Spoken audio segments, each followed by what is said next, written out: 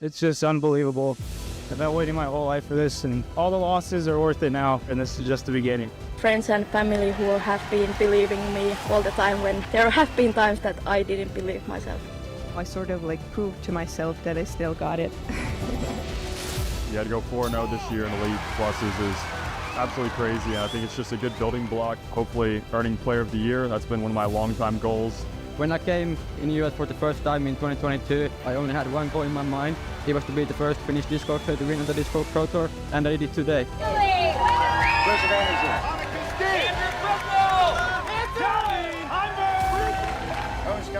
Colin Hanley! Missy Gannon!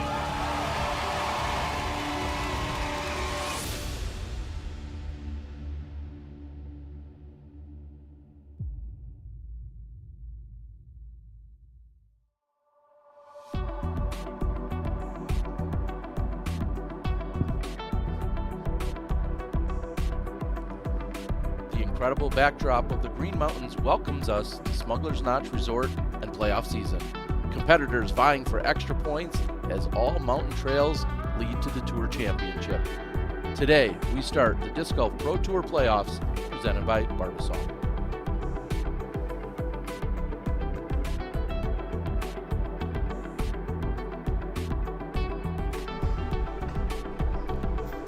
All of our favorite players are here, the superstars of the 2024 season.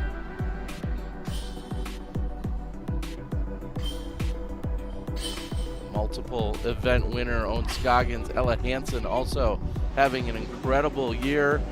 International superstars Silva Saarinen along with Heide Laine, Big Money Missy, 5-time world champ Paige Pierce, and our number 1 points leader, Holland Hanley. 2-time world champion and number 1 player in the world, Tristan Tatar. Welcome in, everyone. Terry Miller joined alongside 4-time world champ and Hall of Famer and Val Jenkins. Val, this is what we're here for. It's September. We're out at Brewster Ridge. We're going to see Fox Run Meadows. This is the playoffs. This is where it all pays off, doesn't it? Yeah, and looking back on all those winners and all the players hoisting trophies over the year, it has been a long year. That seems like so long ago. This has been a long, grueling year, and now we're at the end of the season. And thankfully for these players, I think they're at one of their favorite spots on tour. Being up here in Vermont this week, it kind of motivates you to get back into maybe more competitive, more enjoyment of disc golf, even though it's been a long season. Well, what does it mean when we get to the playoffs? Well, the top 32 men and top 20 women in the Disc Golf Pro Tour World Standings will qualify for our Tour Championship. All Pro Tour and major winners automatically get into the Tour Championship. And also that means if there are, say, 32, someone else gets added because of that one win, even if they maybe didn't have the rest of the points. And we're seeing right now, Jesse Nieminen, currently the only player qualified exclusively through a win, and that was in the Copenhagen Open. A few of our players that are currently on the bubble. Things get very tight here in the notch, as we're seeing. Well, Stacy Kiefer, Hannah Wynn, and Eliezra Midling are right there trying to get into that final spot. Looking, as we said, the top 20 make it in. Here's where they stand coming into today's event. Rachel Turton not in attendance, and also then back significantly in terms of the points. So it will be a battle among those 3 women.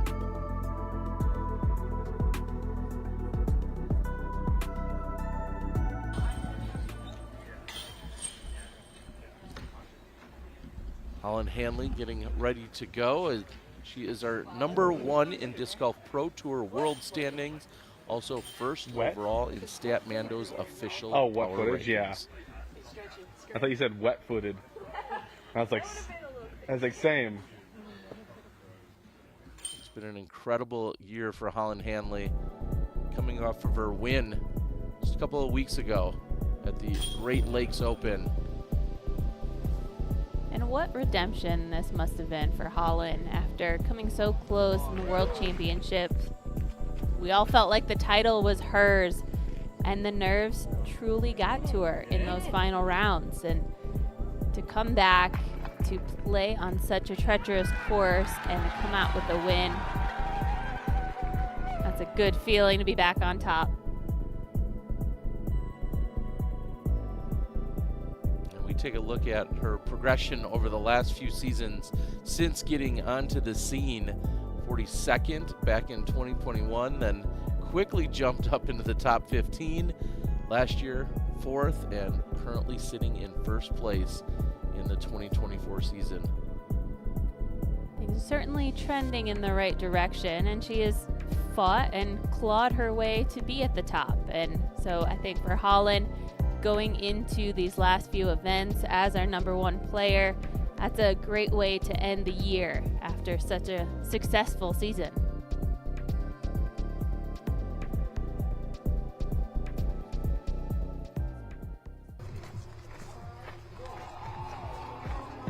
Evelina Salonen tees off after the break. We'll see you in a moment.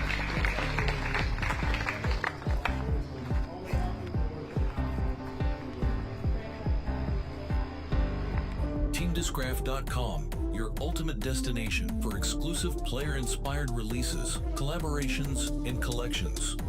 Discover limited edition discs, apparel, and accessories you won't find anywhere else. TeamDiscraft.com brings you the gear you need for the ultimate fan shopping experience.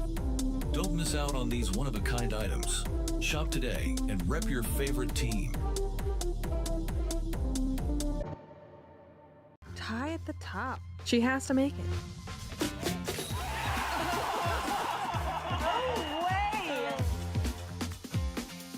Nervy putt to win. Hanley! Her first Disc Golf Pro Tour elite event.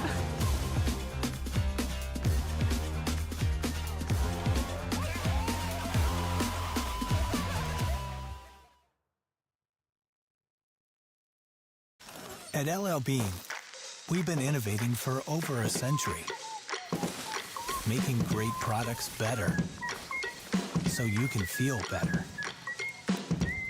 Day after day, year after year.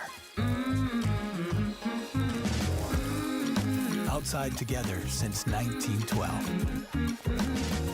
LL Bean, be an outsider. Discraft, built for flight.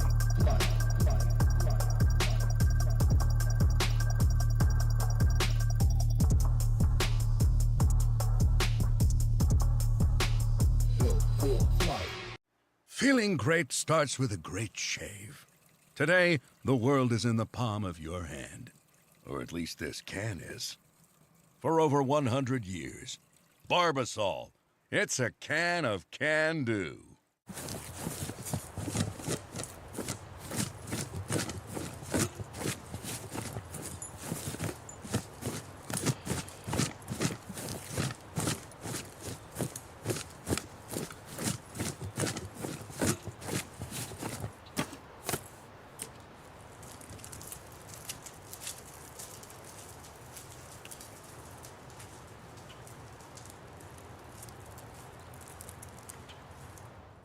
Hello, we're Kenna. We're a Dutch growing company. We love plants and we want to tell you some cool things about them. Just like humans, plants can communicate. They can sense when another plant is close. Plants look out for each other too. They warn neighbors about nearby threats by secreting substances. And studies have shown that plants love a good tune. We love and understand plants. Let our passion excite you too.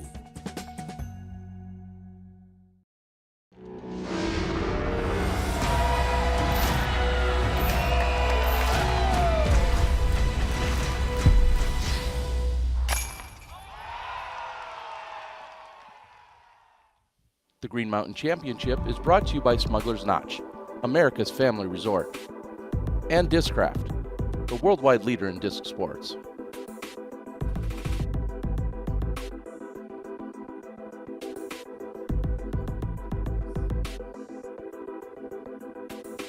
Evelina Salonen, world champion. Well, plenty of posts were made, everybody exclaiming Torale. And naturally, we had to figure out what in the world they were talking about. We see so many of the Finnish contributions there out there on social media.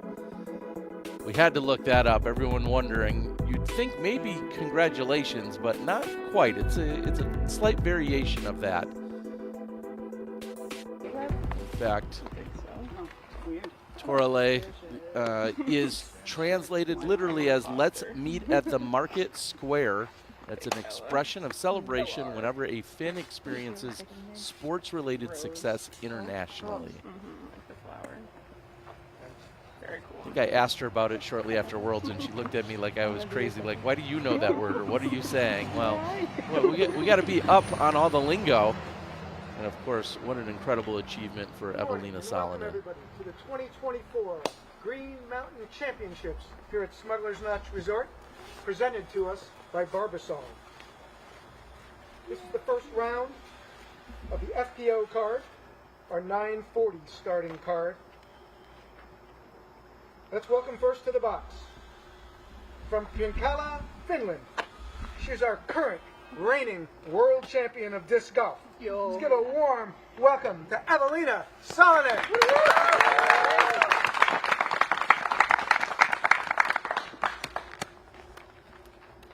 And her first tee shot back after winning her world title.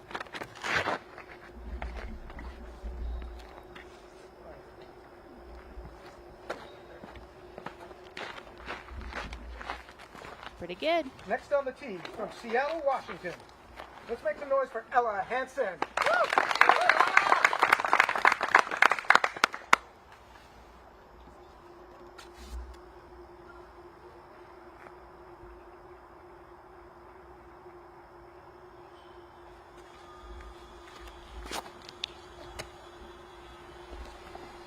Right idea with the sidearm, but that one goes straight into the ground.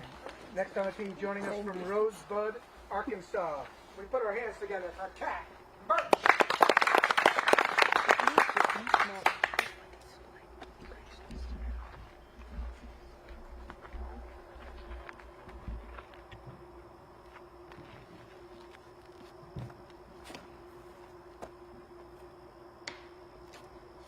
Well, the disc didn't really work like she intended it. Leading this foursome. Let's give a warm welcome to Natalie Ryan.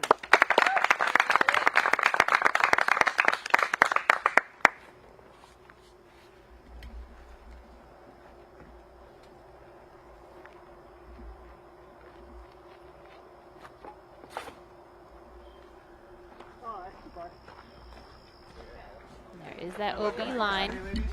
Right behind the pin. She goes long in OB. Brian Earhart is on the ground. He's got a little idiot walk and talk with Ella Hansen. Take it away. Here we go. Ella, beautiful day out here in Vermont. Always one of the times a year that players seem to enjoy. How are you feeling right now? Feeling great. Yeah, Vermont's beautiful. Got some good foliage and enjoying my time out here. How are you enjoying the courses, most specifically Brewster Ridge? It's great. I mean, not a lot of changes from last year, and it plays really great. Well, there you go. Good luck today. Thank you. Back to you guys. You know you're in New England when people start dropping the word foliage. That is something that people flock to this area around this time of year. Stacy Kiefer, as we mentioned, trying to get into the top 20. That is a great looking birdie putt. Here's Lucky Lorenzen.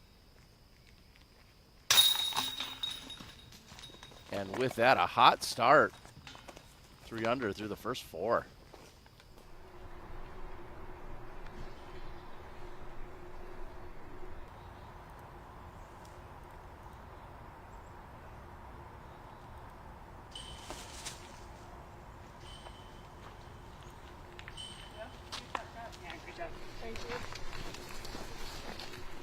Cat already having to scramble on the first hole.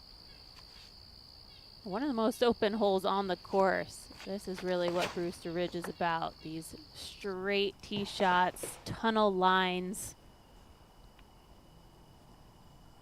And there is a lot of OB in the woods. I see that white stake just over that rock wall. Ella's approach, just a standstill forehand. And a bullseye hit.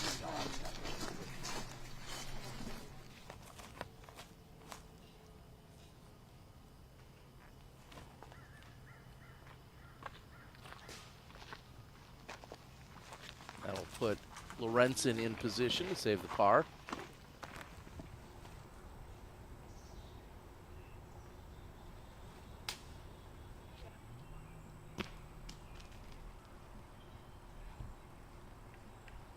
Not getting herself a clean putt or clean look, so it's just going to be laying up for par for Evelina. And I think that's the risk, going with the backhand shot. It's very easy to go OB. That just starts to hyzer out at all. You end up long.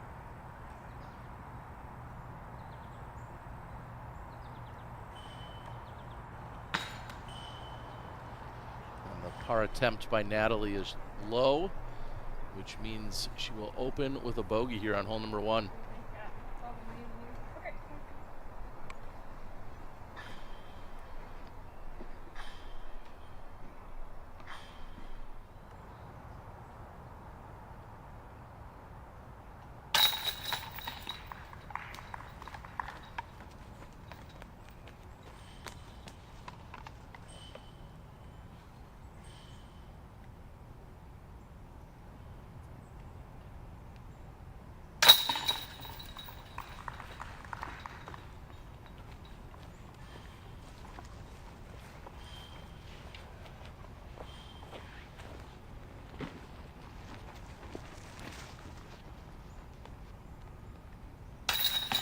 Oh, there's her first par as a world champ, Val.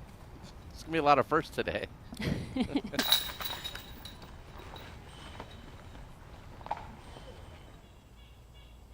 Hannah Wynn trying to also get into that top 20. This is for birdie, and she gets it.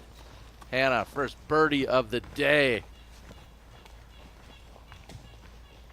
And that is no easy putt. You got downhill slope behind. Not a problem. Let's take a break on the network.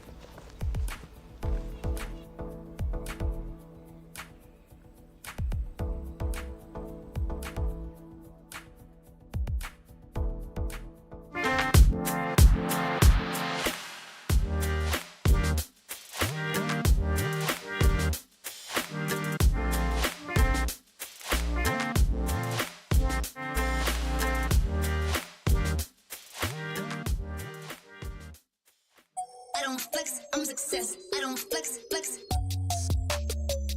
I don't flex, flex. Flex, flex. I don't flex, flex.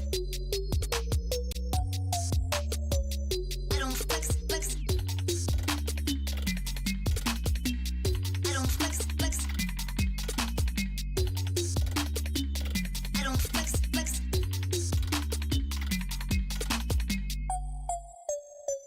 Escape to the mountains this fall and stay at Smuggler's Notch Resort. With mountainside lodging and breathtaking views of foliage right at your doorstep.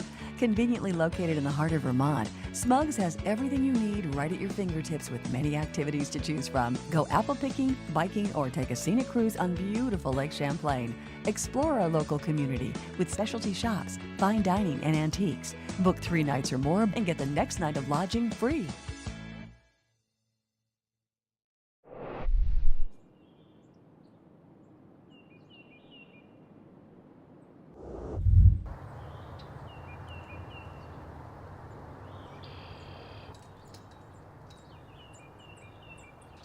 Look at these. This is my stamp. The Entropy, it's a very stable, controllable disc. Very good for short game, very good for forehand up shots, very good for backhand up shots. You can check out my new Team Series disc on the MVP Pro Shop.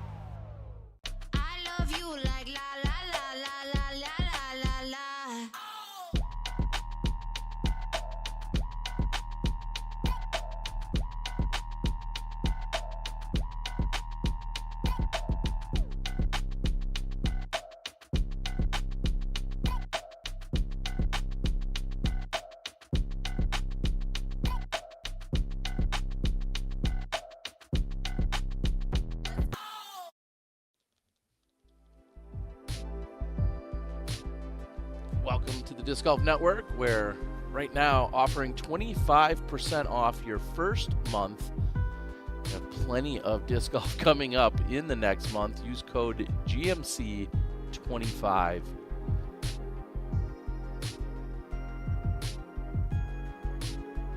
MVP coming up next weekend. Of course, we'll also have USDGC along with Throw Pink, the Tour Championship.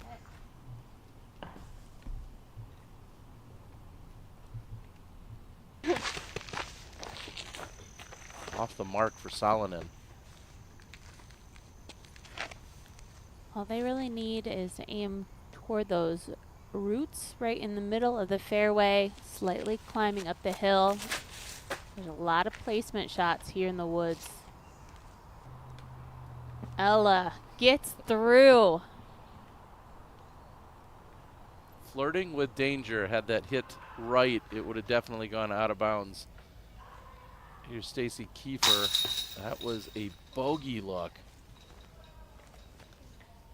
And somehow it actually rolls away from her.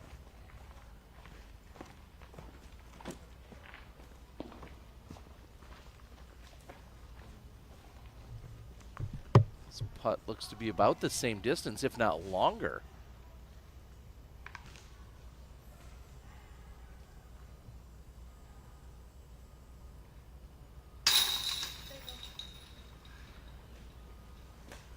Yet to find a par, but Stacy Kiefer is even for the day so far.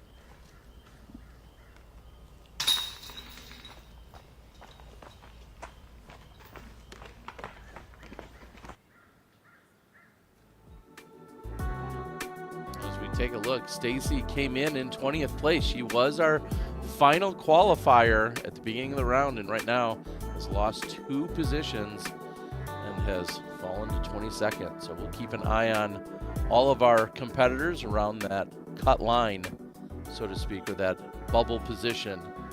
Top 32 in MPO, top 20 in FPO.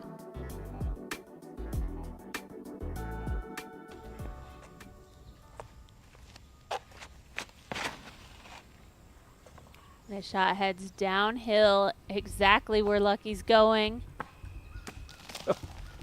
And 3 or 4 skips brings her underneath the basket. That's an incredible drive. It's a blind tee shot, so you're just relying on what you did in practice and the line you're envisioning throwing. But it's all about when the players walk down to the basket, that's when you start looking around. You know, where did I end up? What tree did I hit? What roll did I get? It is not often that you see players park that basket.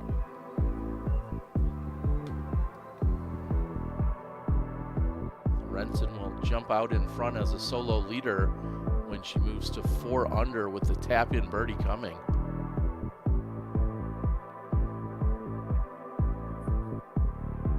Jessica Weiss putting out a great performance, just a few holes ahead of Lucky.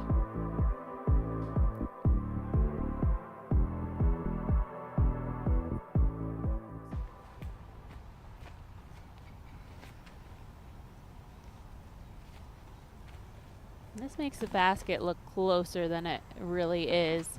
Evelina has a lot of choices, let's just say. But I don't think she can get too greedy on this next shot.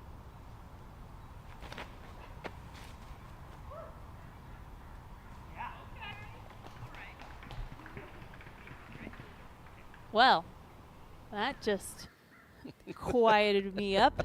Amazing shot from Evelina. All right, well, let's take a look at Val's Keys, brought to us by our friends at blackinkdisc.com, the premium disc golf store. Precise tee shots, I think, are going to make it a little bit easier for you to execute and shoot well out at Brewster Ridge.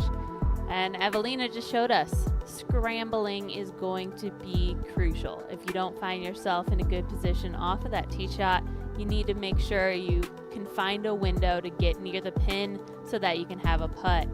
And disc selection. I feel like there's a lot of tee shots where maybe you want to disc down rather than trying to full power or throw a driver up the fairway. That can really get you into some more trouble. We heard a number of players talking about mids and or fairway drivers to be used out on this course.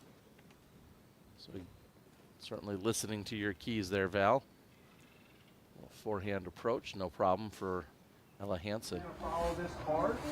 Two things will help me out today. One, please make sure you're She's number 1 in the Pro Tour standings. Holland Hanley tees off on the other side of the break. When we're falling on the fairway, just be behind myself and the scoreboard. Sometimes I'm going to put my arms in angle view, kind of a better view when we get far out on one side or the other, so just look out for that. The United States Disc Golf Championship. A tournament with history unmatched in the disc golf world. Oh, You bet! Holland Hanley is on fire. Talk about giving the crowd a show. What a performance from Kyle Klein. Gannonberg, this kid is unbelievable. My God!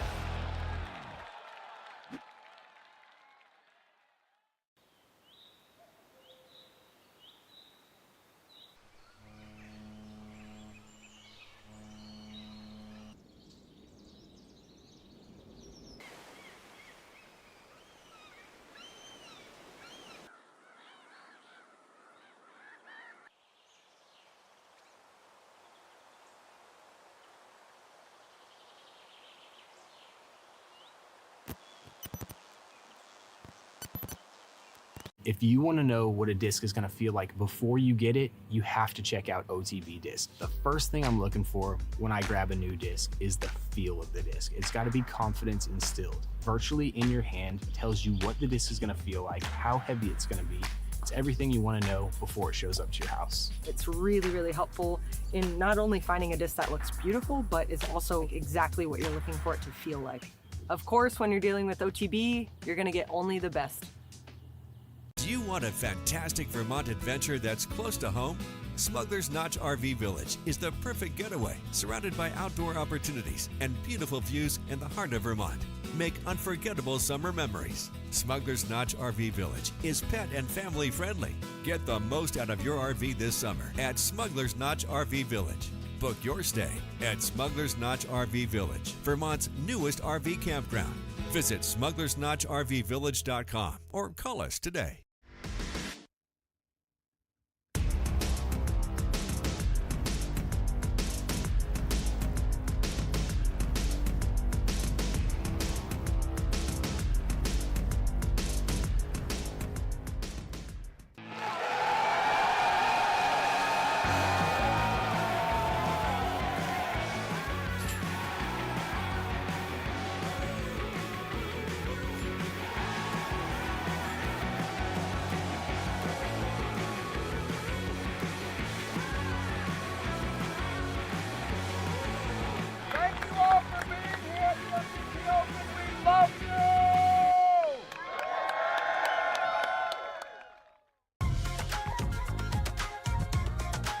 Pound's the best of the best.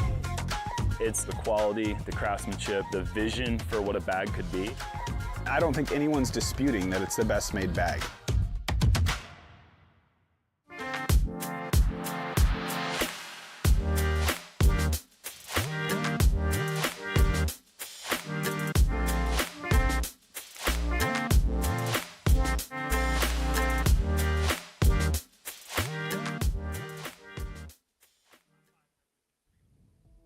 Take a look at our top 5 in tour standings. Our feature cards, in fact, put together based exclusively on the tour standings and rankings right now. Holland Hanley out in front as the #1 points holder. However, when asked how her season is going and how she stacks up against Kristen Tatar, here's what she had to say. Let's take a listen.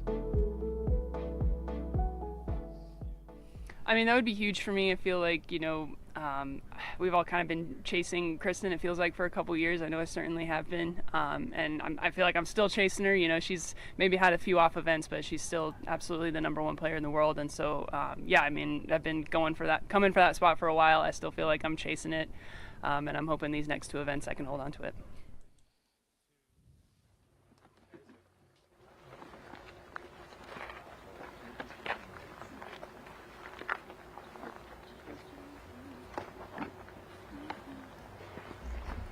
Tour points leader Holland Hanley ready to tee off.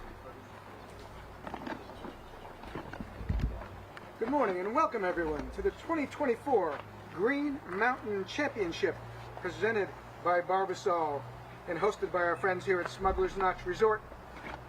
This is the first in the DGPT playoff series. This is our 10 o'clock FPO card, our lead card. Let's welcome into the box from Grapevine, Texas, Holland Hanley.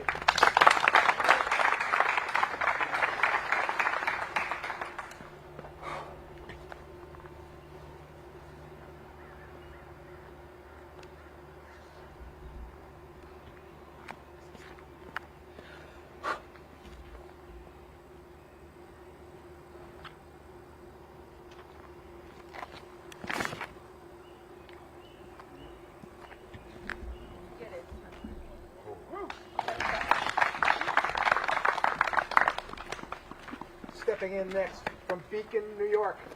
Let's welcome Missy Gannon.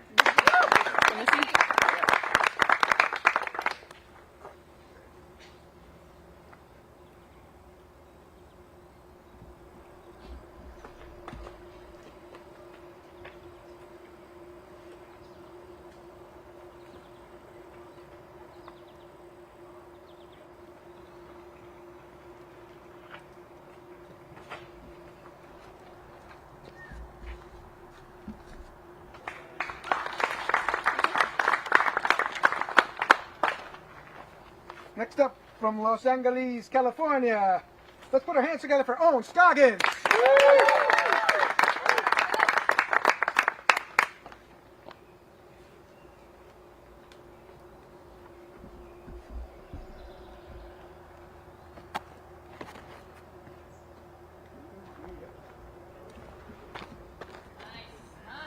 Thank you.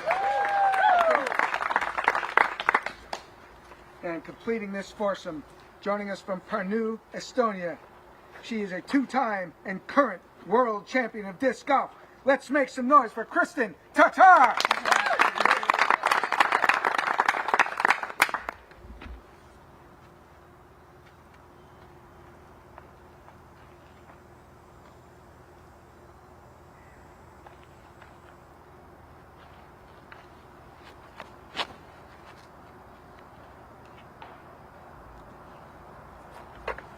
Did he mean current world champion on this property? Maybe. She did claim a world title here last year, of course, but Kristen pulls that one to the left side. And that we did not have a GMC event last year, so the World Championship took that spot. So she might be the defending champion here as well.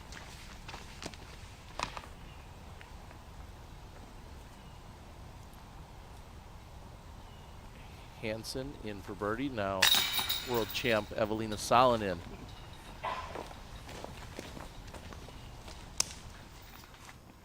We head to the 7th with Lorenzen.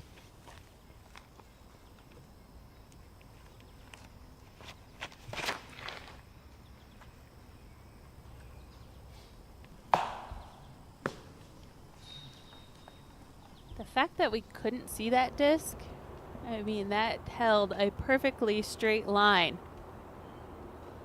Fantastic.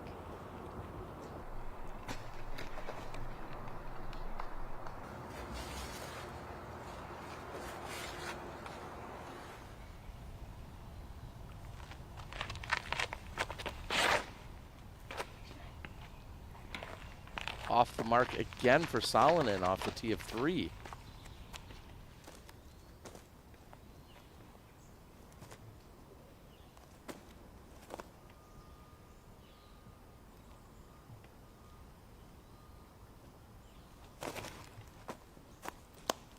This is the part of the hole where it starts to dog leg. Lucky made it to the corner and had a nice clean second shot, which is going to be well outside the circle.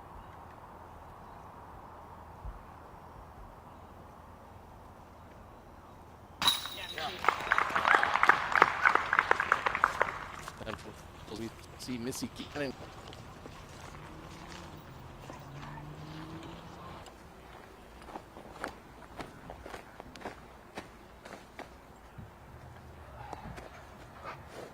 Missy able to convert from circle's edge.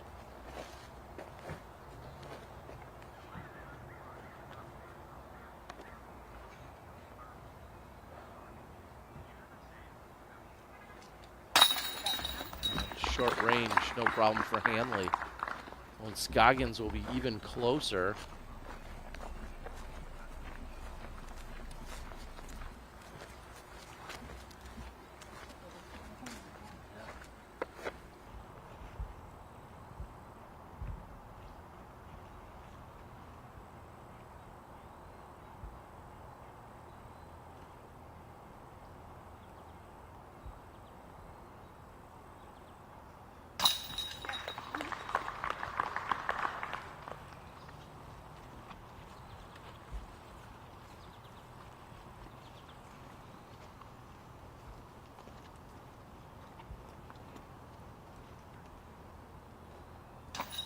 The par by Kristen, and Owen taps in ultimately for her closest to the pin birdie look.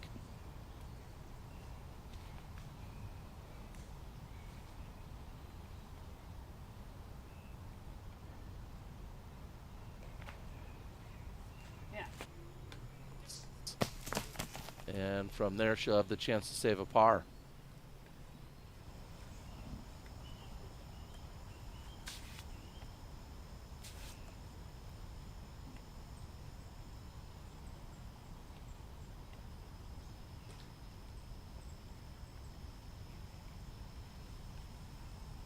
Dips down just behind the pin here, but it doesn't matter.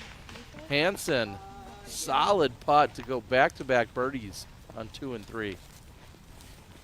That is some confidence right there. Like you mentioned, if you're not making this putt, you're going to have a huge comeback, and it's uphill behind the pin. Ella, not a doubt.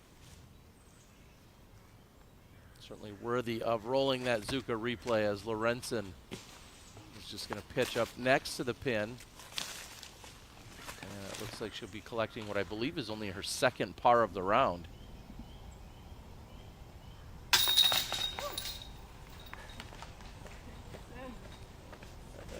The smile there, she thinks she got away with it because that one came out a little bit high, but ultimately still walks away with the par. And let's take a look at what they need to do on hole 2, Val. So hole 2, I think that a good strategy is just to get to these roots that we see in the middle of the fairway. It starts to climb slightly uphill at that point. If you can stay to the right, you're going to have a great line on your second shot. Punching anything past this corner can really set you up nicely for our sidearm throwers. You can reach the pin from here. You have to be aware of that OB line on the right side. It's the rock wall and beyond. And any tree kick, if you're riding that right side, will likely find that OB. So you want to keep things to the left. You want to make sure you're hitting the fairway. I feel like the fairways are really carved out on this course, but they can be very narrow and tough to get.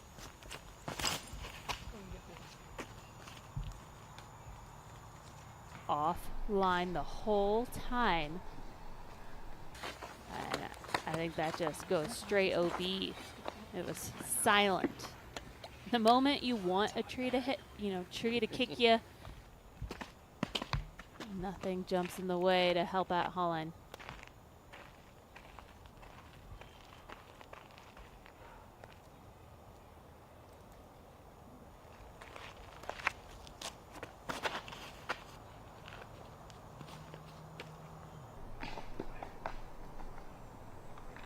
Low line drive.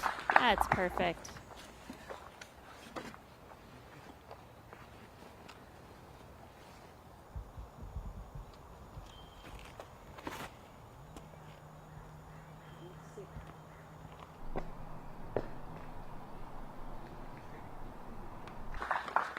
And that's going to work out really well for Owen as well if she can get far enough around that corner, and I think she did. She'll just have to throw that shot again to get to the basket. Nice shot. And nearly matching Missy's. We see a low line drive coming out of Kristen.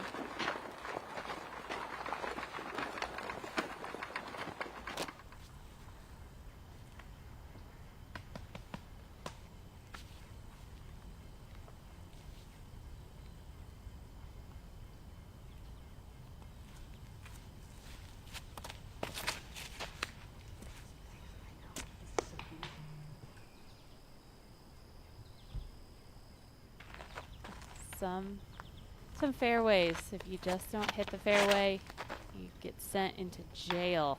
And it is jail on that right side. It's not much better on the left, but the trees do open up.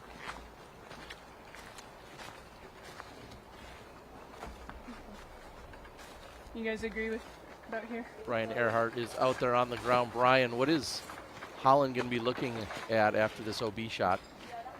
You thought more back here? She's pinched off on the right. And what I do really love about this hole, I would say hole 2 on this course is probably on my Dream 18, is there's always a chance to scramble. There's not much underbrush whatsoever. So when you're pinched on this right side, you have alleys to get up to the pin, but they're so risky.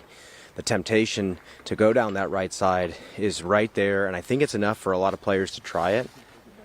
Holland is still pretty decent ways back.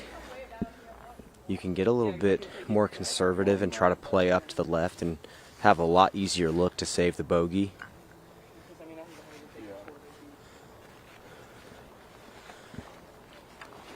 She's taking her time on this. Again, on the right side, you're kind of having to deal with these rocks even after taking your meter. And frankly, it would be pretty spectacular if she was able to shape something up there. Okay, opting for that kind of straddle flick, your weight's getting pulled left. It's really hard to keep the disc straight like this.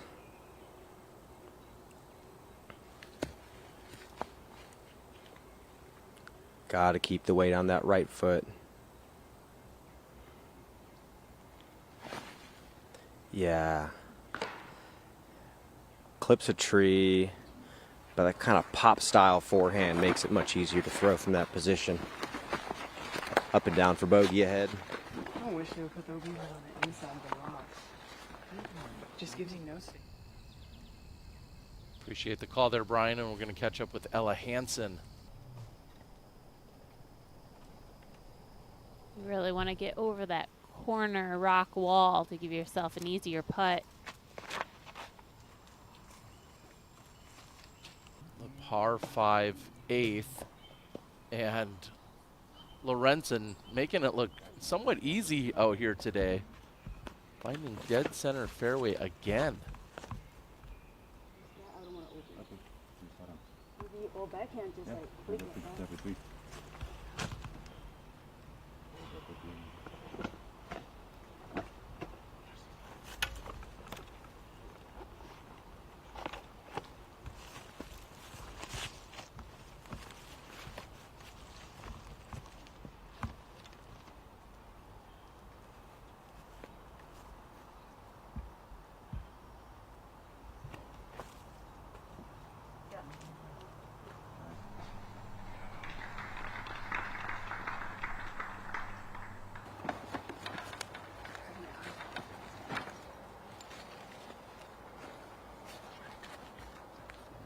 Own may have hurt her arm, or something may have happened. Brian, we're seeing Owen kind of react with her forearm after that shot. Anything that you're picking up there? It's likely just the lingering pain that she's kind of been dealing with all year, and she's grabbing her elbow as well. I think it's not just the forearm. And I remember just a tragic dropout from Owen here last year. I hope this point in the season is not feeling similar.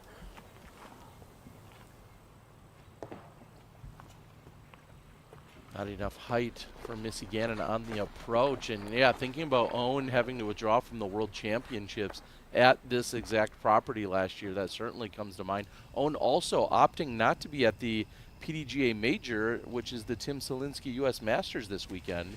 That would otherwise come in, well, it has come in conflict, and clearly we see where she is and where her priorities lie. So hopefully Owen will be able to power through this. Yeah, and that's probably the problem. You're powering through. It requires so much grip strength. She's having to power so many shots, these big shots. That's really where you start to get tight in the forearm, and that can affect your elbow. I definitely had problems like that in my career.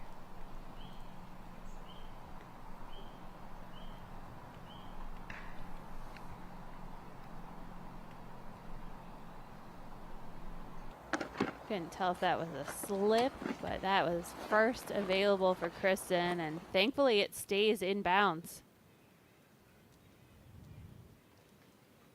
So no slip. It's just that fine line. As she just barely flops onto the OB line, stays safe. And just a moment ago, we heard Holland talk about how she wishes the OB line was, we'll say, left of the rocks, so that the rocks really aren't coming into play in terms of the stance. And we're seeing just how difficult it's going to be for Kristen to take her stance here. This is incredibly punishing after that errant second shot. And Kristen's not taking her full meter that she has available to her from the OB line.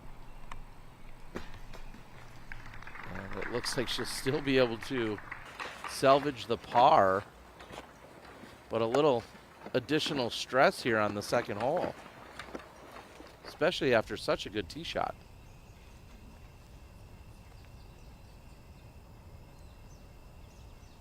Evelina with her third. And now she'll have work to do to save the par.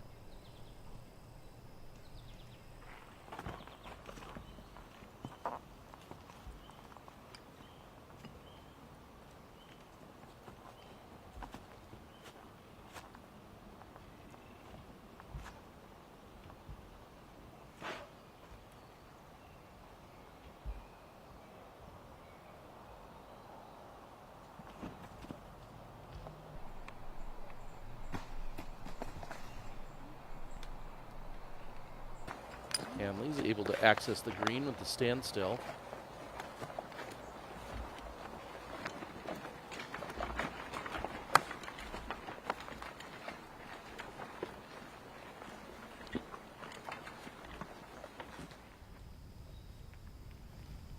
Evelina for par. Well, that looked confident. Fantastic putt from Evelina.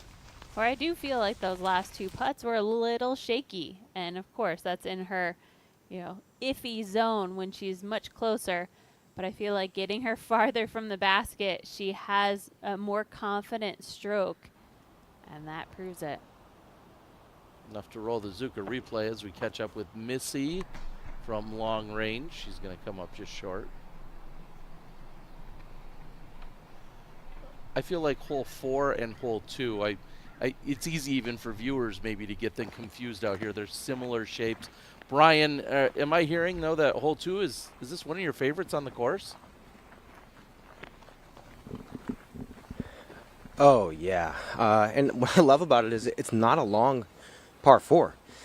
I believe it's maybe 550 from the MPO tee and shorter from the FPO. And what I love about it is you step in to the fairway and it feels like the course kind of swallows you up. And especially this time of year, you see all the beautiful fall colors start to come up. And what I love about it is the second shot. The angles are so challenging, and being 5 feet left, 5 feet right on that fairway completely changes the decision you have to make, the disc you throw, the shape you have to throw. It's just a really cool hole. I mean, you got to control your landing on the tee shot, and then you got to get creative pretty much no matter what on the second. Brian, do you love hole 4 as much, or am I crazy in thinking they're similar?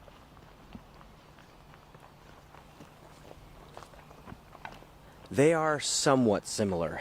The bend to the right is a little different off the tee. It's a little bit more natural, and you can get away with a little bit more. And then the second shot is way more straightforward if you're in the middle of the fairway. I would say 4 plays a little bit easier, but still, for an uphill hole, I got to give it to hole number 4. It's still a really beautiful hole. Appreciate the insight, Brian. And speaking of 4s, we're seeing our leaders are at 4 under. That includes Haley King, Luque Lorenzen, along with Jessica Weiss, all 4 under in this opening round thus far.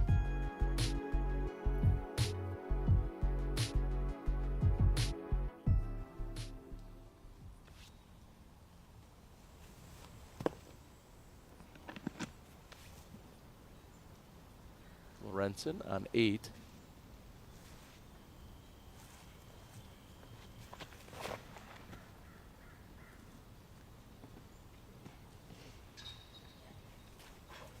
Another clean shot.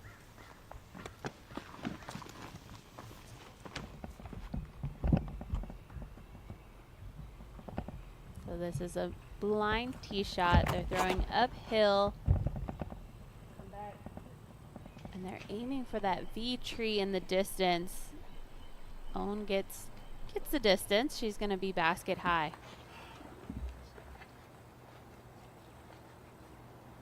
And again, you can't see where the disc lands, but Owen has played this hole so many times. She knows that maybe that tree is going to come into play. And you really do want to get as close as possible to the pin to take stress off the putt. Oh, that's punishing. Very unfavorable roll. As you can see, she was within 10 or 15 feet of the pin, but now will be left with a circle's edge putt after the roll away. Kristen off on the right side, and Kristen as well hasn't looked sharp with the drives.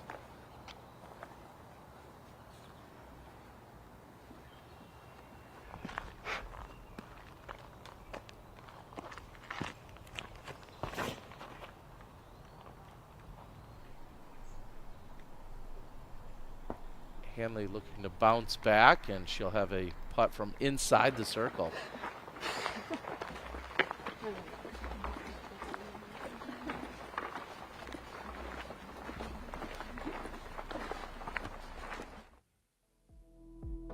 We take a look back at Kristen a couple weeks ago at the Great Lakes Open. Sidearm off the mark there on hole number 1.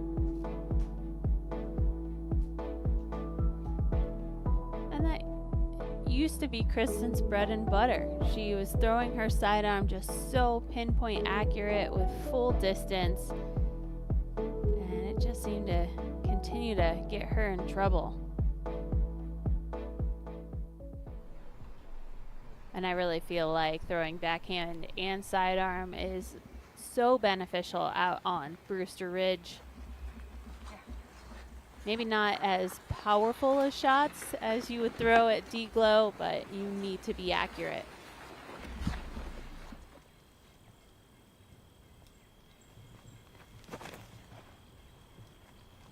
Set herself up for birdie. This is her 3rd. And with the backdrop and the slope directly behind the pin, I'm not sure how aggressive she'll be. She'll have that decision to make. Looking for a birdie. Here's Scoggins just outside of the circle. Come on. With authority. Now, it seemed like the tree wasn't in the way, but it does just create that mental block of knowing that you don't have full space or full flight to work with. She needed to keep that on, that frozen rope.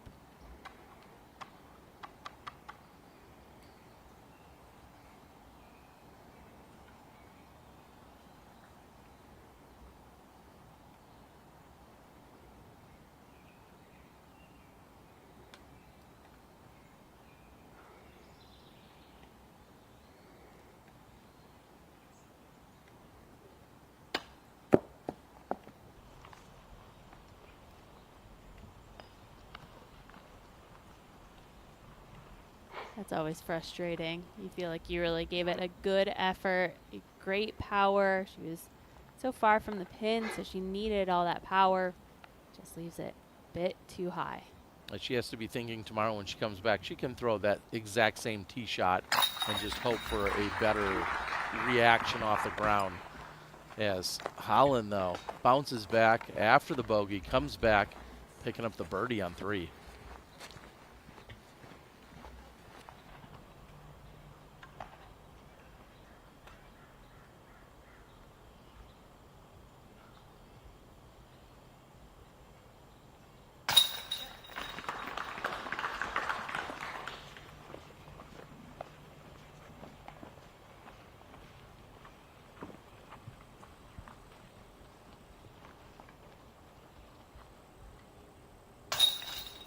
I think this plays as one of the easier holes on the course, so walking away with a par is going to feel disappointing to our top players here as we head to 6 with Hansen.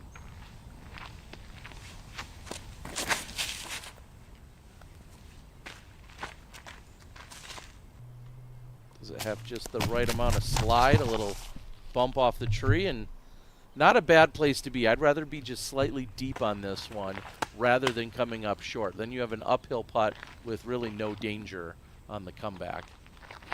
Solid. This one's coming in lower.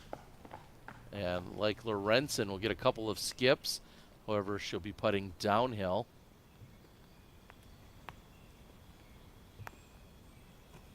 She's an aggressive putter.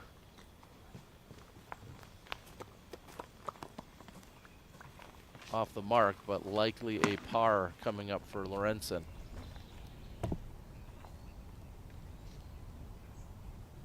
Cannot be tentative on this. And a great release point from Evelina. With each putt, it looks like building just a little bit more confidence there. I loved hearing from Evelina after she won Worlds. You know, what's next, Evelina? She goes, well, anything after a World Championship is no problem. You got that world title, and it really doesn't seem like anything else matters. So we'll see if Evelina can just ride that confidence, and that could maybe take some stress off of her putting issues that she even had when she took down the world title. She's got nothing to lose at this point. She's got the world title under her belt. And here's that hole you were talking about. We've got a little bit more open, a little bit more sun shining through this fairway. Same flight path, a little bit turnover off the tee pad, but it's really about the second shots and approaching this pin.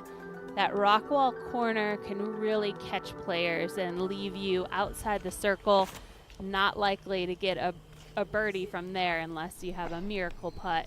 You really want to get inside the green in 2.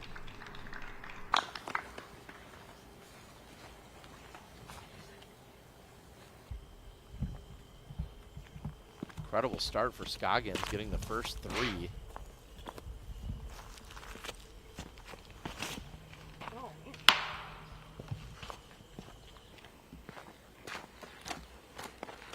That tree hit just echoed in these woods. Wow, that was a lot of power. Surprised the tree's still standing.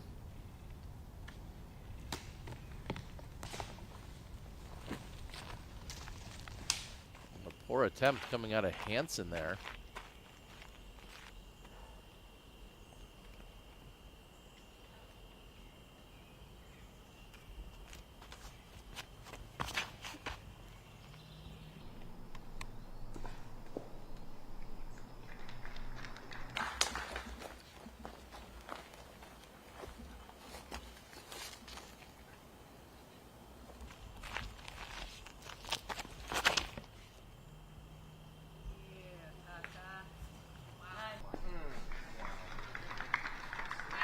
With her best drive of the round so far, Kristen laces it.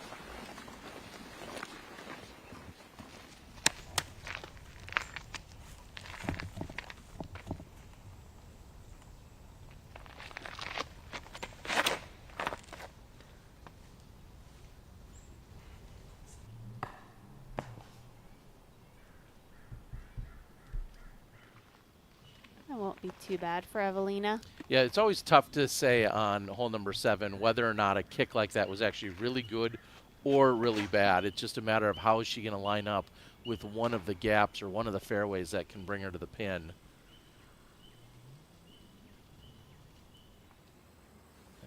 That was Lorenzen on the 9th.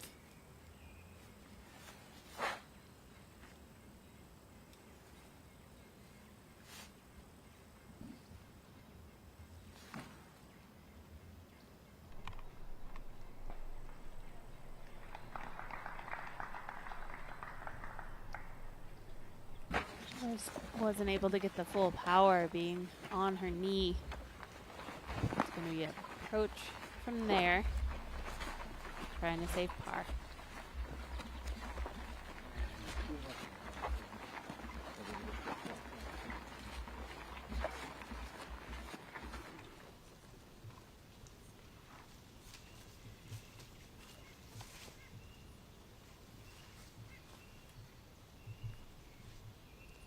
Lorenzen looking at her second shot. Must be concerned with the slope directly behind the pin.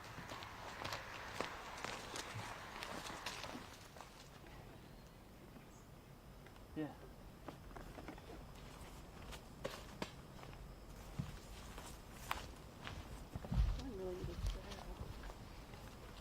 I'm gonna go outside. Okay.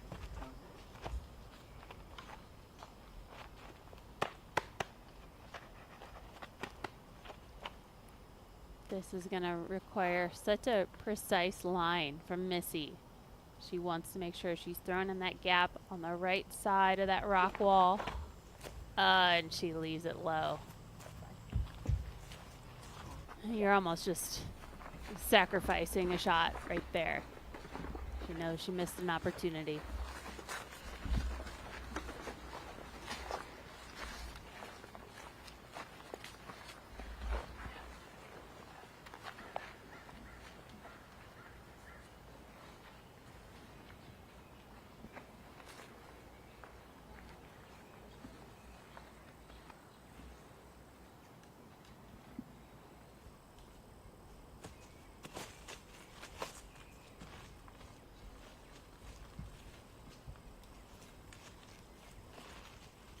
Can Owen keep the birdie train rolling here? Great start, 3 for 3.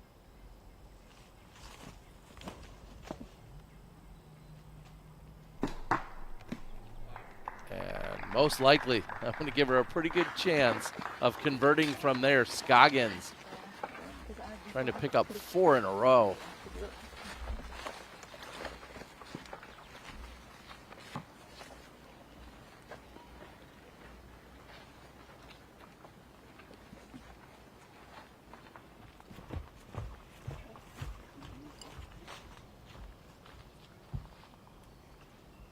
I feel like this is that similar flight that Missy was looking for. She's much shorter than Missy was. Collins going to go with the sidearm. It's going to ensure she gets around the corner, but she needs to make sure she's not going too far to the right and away from the pin. Well done by Hanley. Just deep of the basket by a few feet.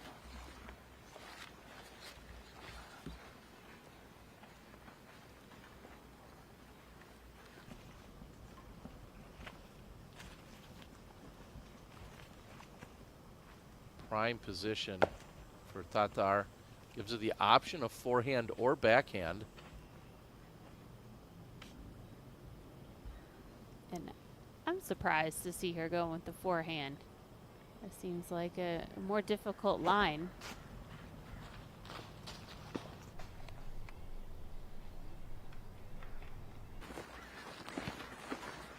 She leaves it short. We know that she's often more comfortable with that standstill forehand.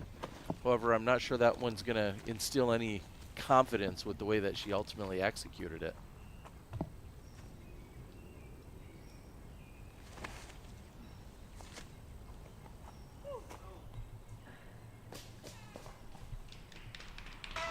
Evelina will have another look for birdie. Getting some props because that was a lot of power from a standstill shot to get that far. And that is the slope I'm talking about directly behind the pin. We see that Lorenzen had come up short and then tentative on the putt because of the slope. Ooh.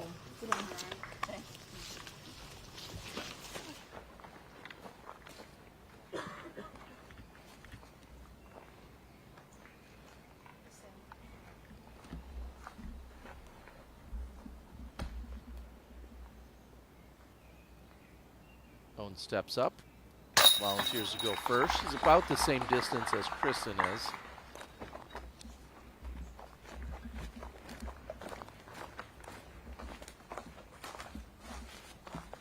Just like that, Owen Scoggins will become a co-leader at 4 under.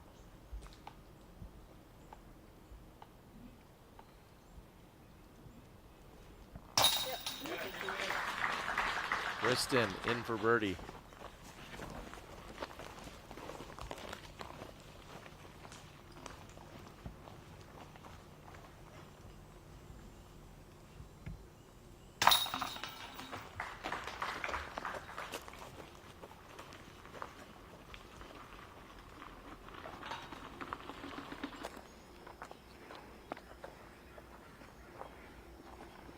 You mentioned 4 for 4 to start off the round. That's the best score that we've seen.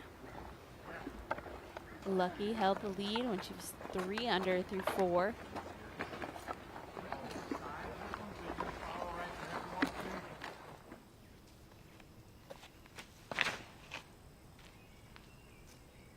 Another hole that's reachable from the tee, but the elevation makes this challenging inside the circle.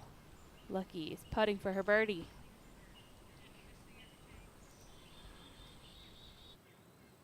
And this is a hole where you might see some wind creep in, but the flag on top of the pin is absolutely still.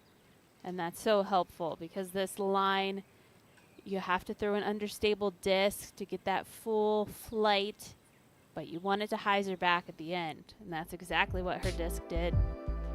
And we can take a look now at what she's been doing here in 2024. Her best finish being 4th at Texas State's World Championships was her worst finish, 21st. A memorable moment, aces hole 18 at the Texas State Championship. Total cash just shy of $14,000. She's committed to being here in the U.S. for her full-time touring. Also picked up a new sponsor in the off-season last year to work into 2024, so solid in. Not a good attempt there.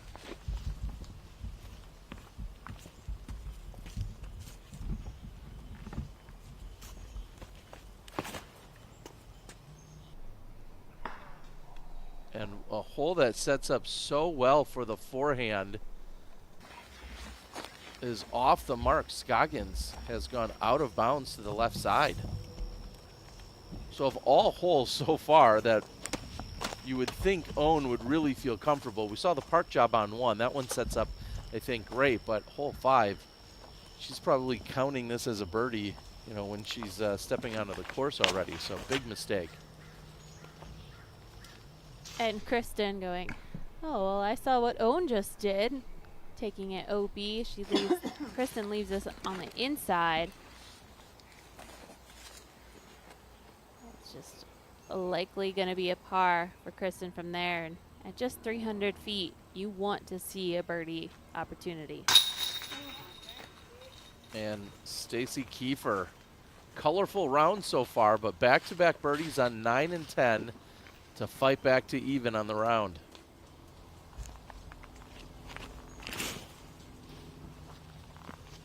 I like the line. This might be coming in almost too hot. It does. But, well, she'll probably just have 1 or 2 trees in her way as she's going to be looking for a birdie slightly uphill.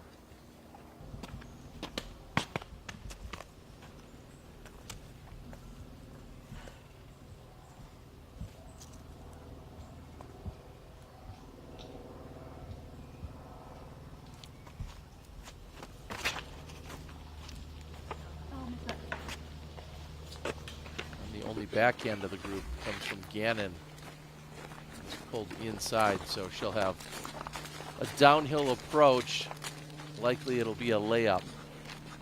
And it's such a late turn down to the right, so challenging for that backhand flight.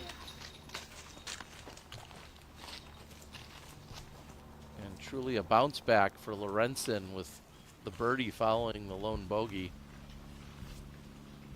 And with that, she's back to being a co-leader at 4 under. Gannon throwing her second.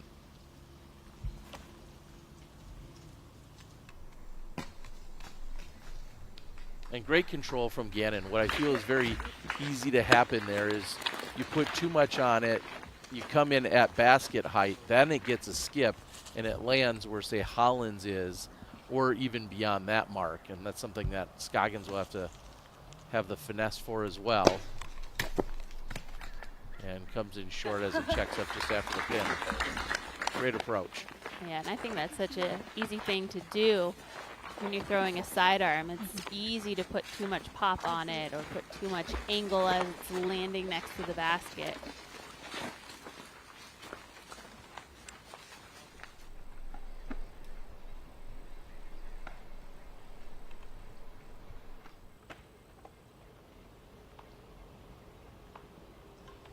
Well, she does have a long look from here.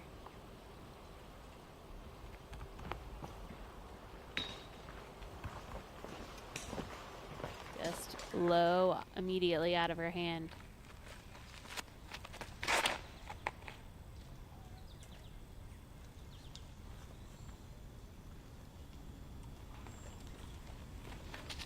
Big drive from Evelina. She would have liked that to stay more on the right-hand side, but she gets such good distance.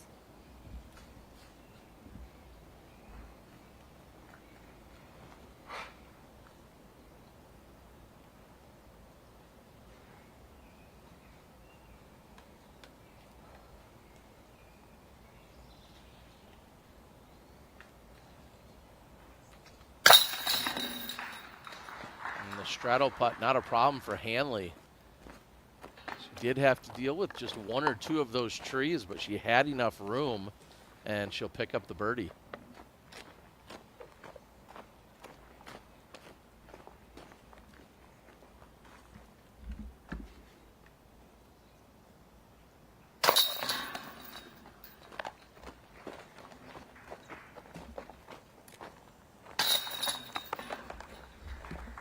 Goggins will remain parless. If she picks up the bogey, she'll fall back to 3 under.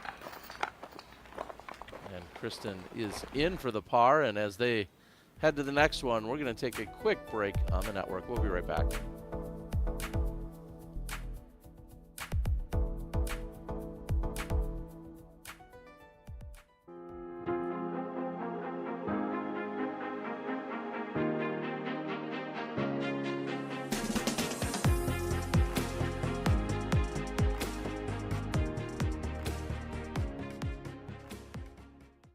Feeling great starts with a great shave.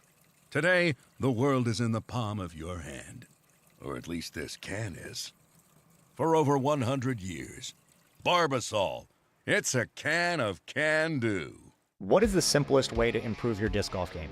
The answer, learn from the very best. Paul Ulibarri, Simon Lizotte, Ezra Aderhold, and Holland Hanley. They're not just players, they are your elite coaches guiding you every step of the way. The Power Disc Golf Academy is the premier online disc golf academy with over 150 on-demand lessons that are specifically designed to improve your skills right now. So what are you waiting for? Join today at powerdga.com. The Captain Thrasher is a brand new mold that feels a lot like the Thrasher but has a touch more overstability. I wanted something that felt just as comfortable as a Thrasher, but have the ability to fight a little bit more power and still get that full flex shot and gain me a lot of distance. I'm just so thankful for the opportunity to have a disc that I'm really proud of, and I hope that a lot of people are going to love.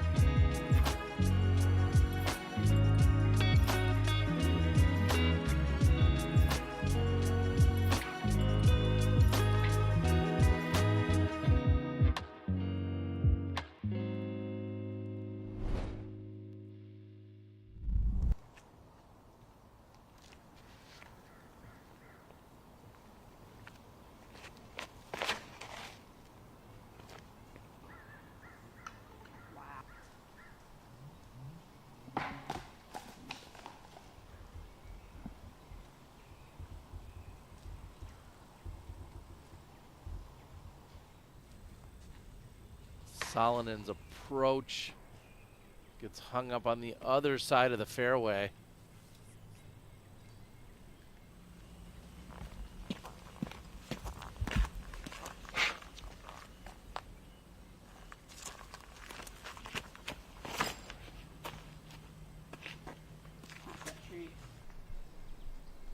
a lot of height.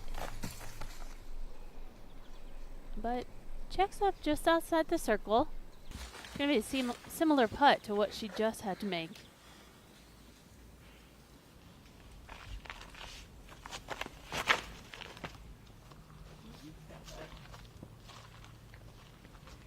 This is starting to fade. Wow, and I thought that was going to finish so much farther to the left after being so high and off to the right.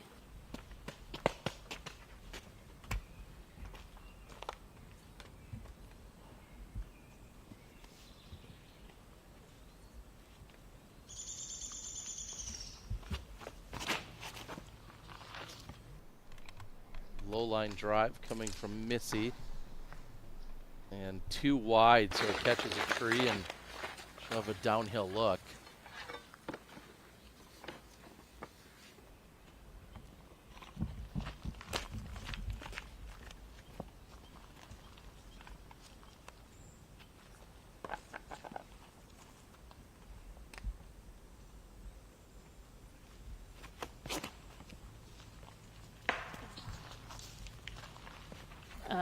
And you know, hitting any tree off the tee shot, especially one almost first available, you are out of contention for a birdie. You could be scrambling. We'll see what Owen can do. Take a look at what Eliezra Midling has been doing. Putting together a few birdies. She's 2 under for today's round. First birdie was on hole number 6, as we just saw the tee shots from there. She came into the tournament outside of the top 20, which is obviously the place you need to be, is inside that top 20 for the Tour Championship. But with her play so far today, we see her sitting right at the cut line of 20th, moving up 2 spots so far.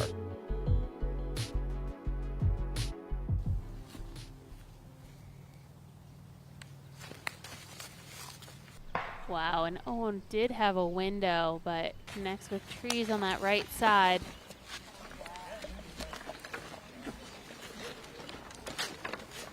I mean, not hit that tree. I think it's going to keep it.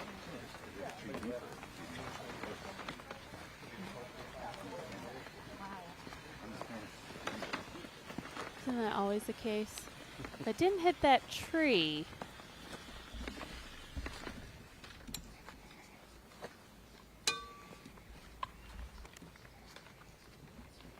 Goggins still out.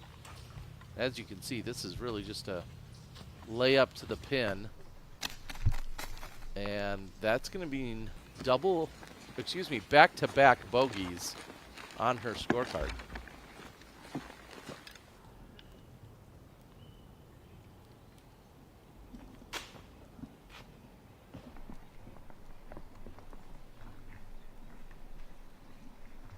That set up so nicely for Missy's putt. If she were to ride that tree line and then allow it to hyzer back to the pin, that would have been a good run. And you can tell she was giving it a effort, like she was trying to give it maybe a little bit of a run.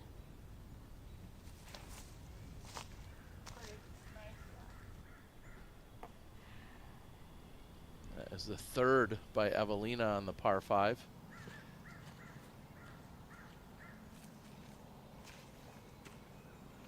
This is one of my most favorite holes on the course. I think the second shot is so challenging. You have guardian trees in front of the pin. It slopes all the way down to the basket, so speed control is very important. But so many times you're left with putts like that.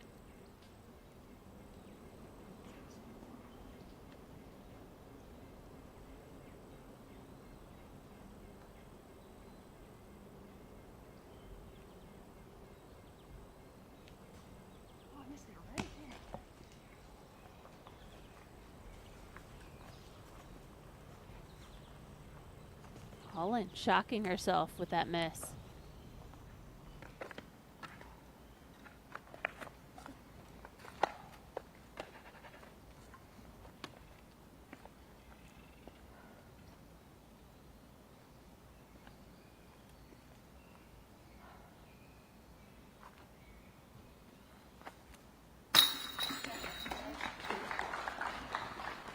Not by much, but she squeaks it in, and she'll escape with a par.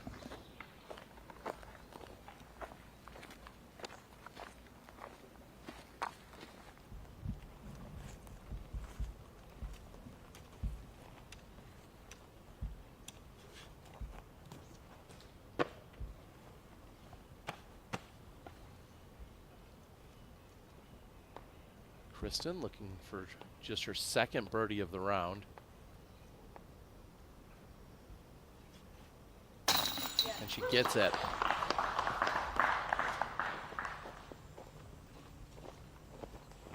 Weak side, but it grabs enough chain to pull it in.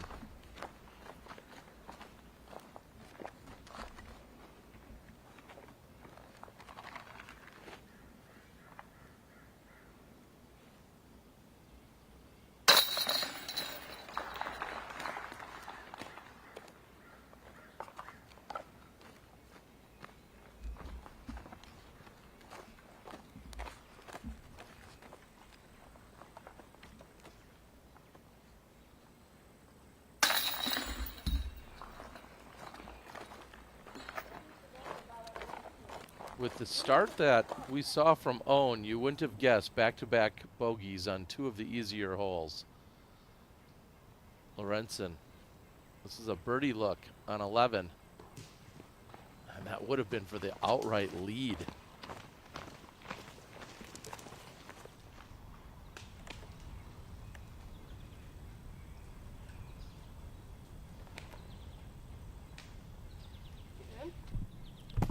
Evelina trying to get up and down to save the par.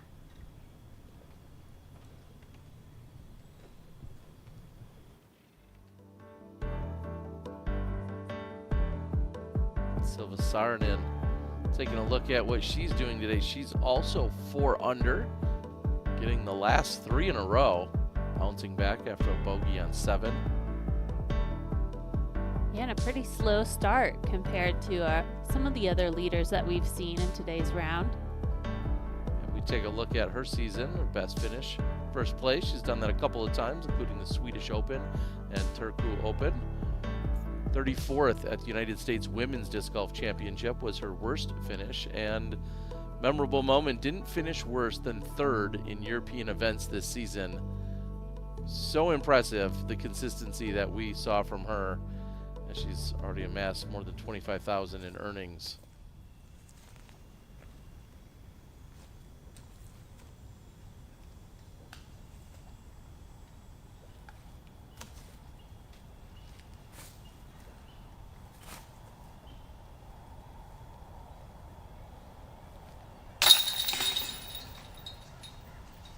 Evelina takes her time to ultimately card the par. She'll remain at 2 under.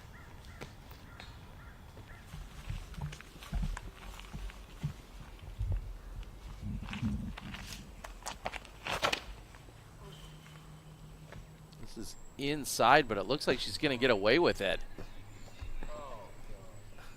That is way up the fairway. We'll see what kind of look she's left with. I'm not sure she meant to go quite that inside.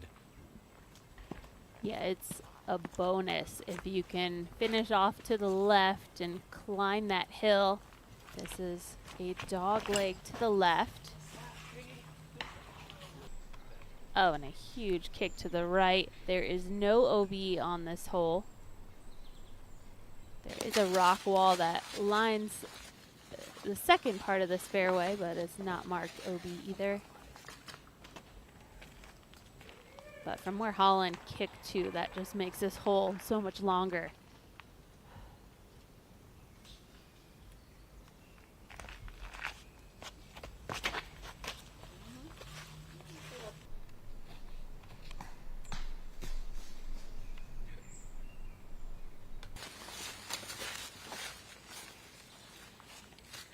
Not terrible, but certainly not great either. She got plenty of distance. She'll be obstructed with her second shot.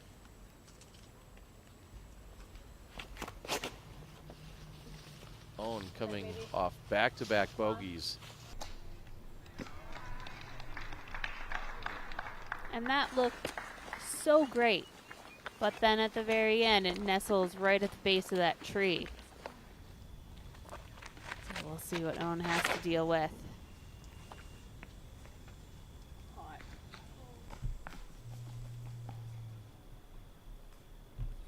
Salonen with a chance to pick up a birdie on 9. To the 12th with Lorenzen. This heads back downhill. Lucky leaves it a little inside, so it just doesn't get that full distance.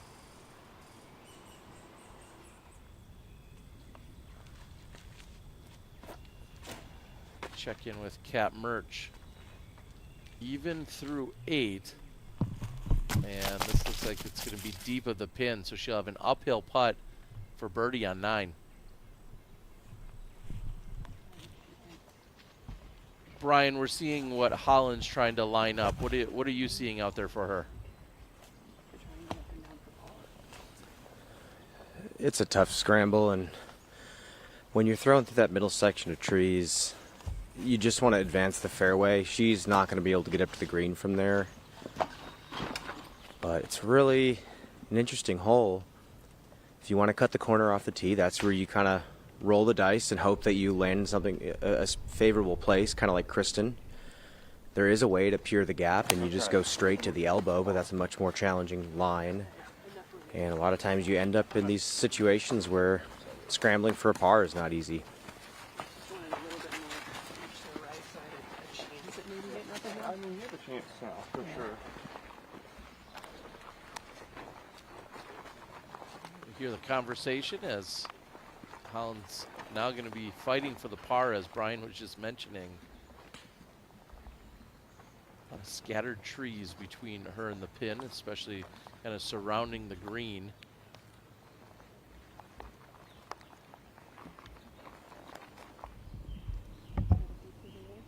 Yeah.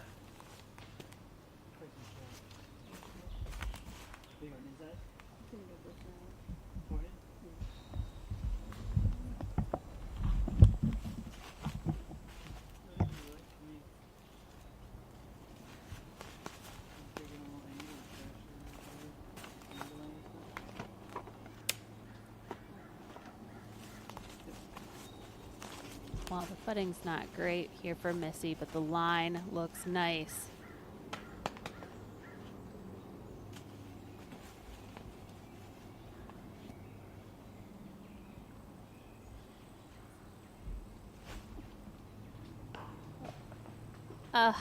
She hits the tee pad, and I feel like the tee pad on this hole, it's right at the corner. That's the area that you'd like your tee shot to land near. But all of a sudden it becomes an obstacle for Missy.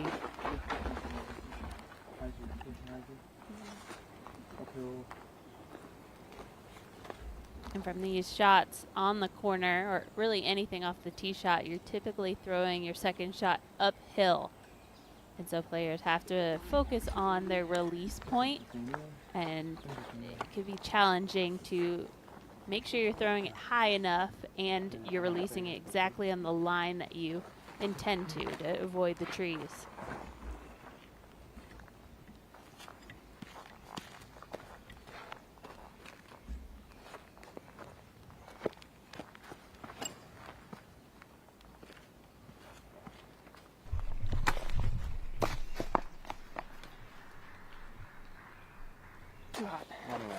The approach from Hanley goes deep. You can see she's very happy with it. Hit it her line, and she'll have a chance to still save the par.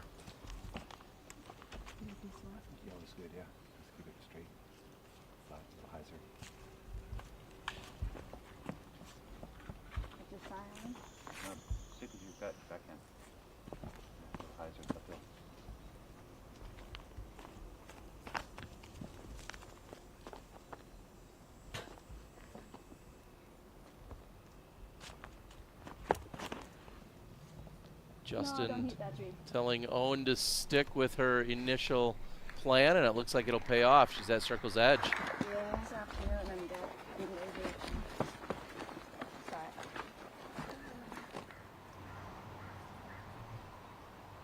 Lorenzen from circle 2. And she gets it. Wow. Moves to 5 under. She's your solo leader as Lorenzen cans it. I'm thinking she missed 2 putts on the last 2 holes. Not even quite as long as that one, but she makes up for it right there.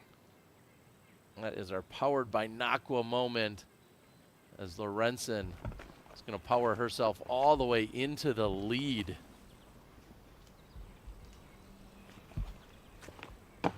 And when you're feeling that confident, you just have to ride the momentum. Take advantage of that confidence you've been building throughout the round. You never know when that confidence is going to be completely zapped on these courses. And after having the what looked like the best drive of the group, we see Kristen not able to take advantage.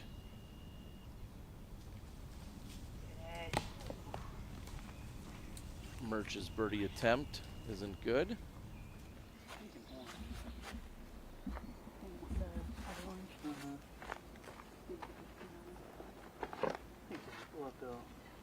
And you can hold the whole flight. Yeah, slide over there. Missy would want this to fade to the right at the end. Anything that hyzers out will find jail and make a very challenging putt.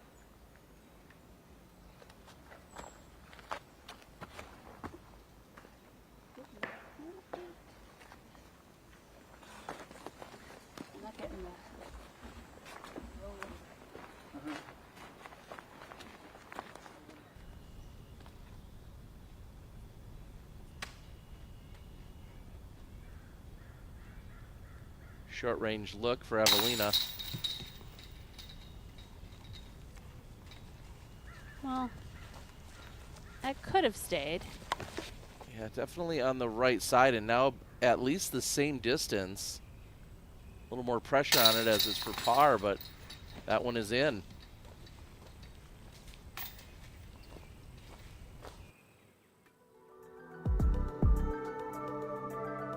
Salonen will remain at 2 under, bogey free, but 2 under halfway through this opening round.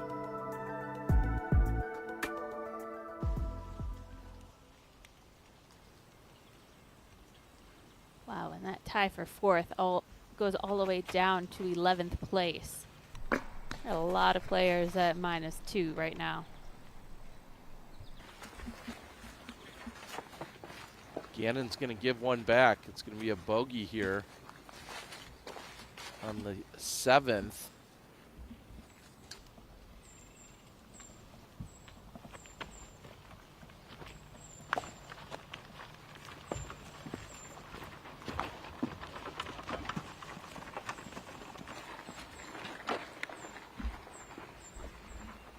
Kristen will have that left for par, but that has to feel a little bit disappointing as well after such a good tee shot.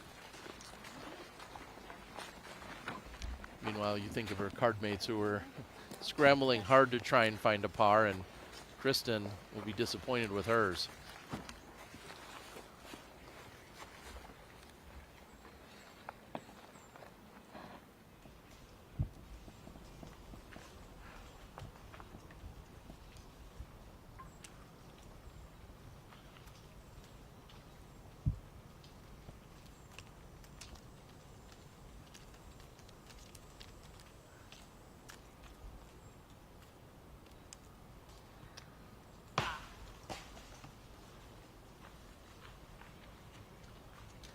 Fall foliage, but not the kind that Holland wants to witness.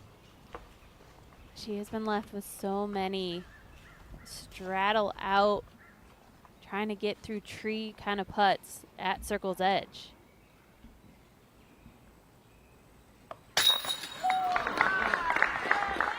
Scoggins comes in high, but then ultimately it goes in.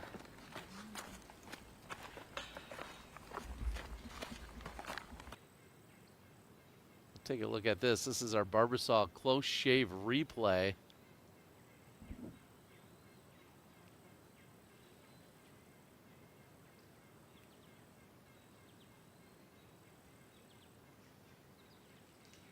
Close to the tree, close to the upper entrapment, a little bit of everything, but ultimately in for Scoggins, thanks to our friends at Barbasol.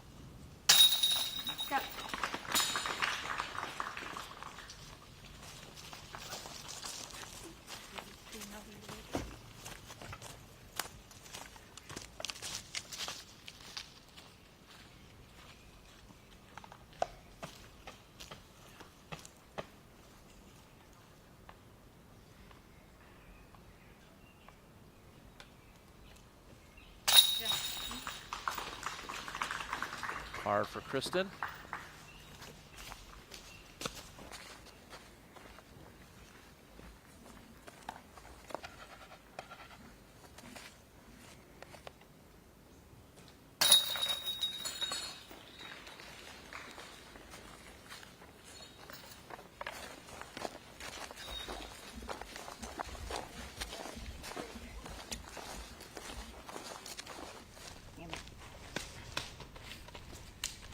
And here on the 10th, we're going to stand down and let you enjoy the sounds of nature thanks to LLB. That's pretty nice of him.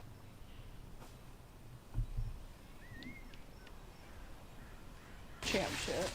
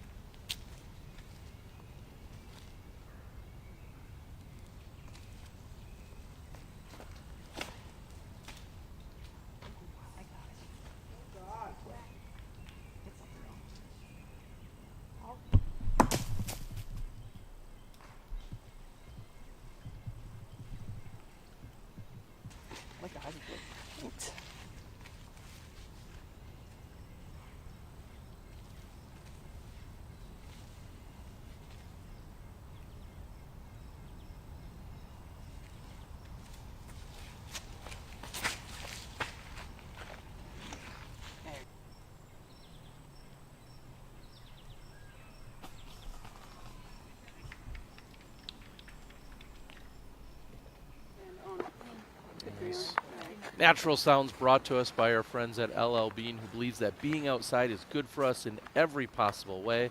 Visit llbean.com today and become and be an outsider.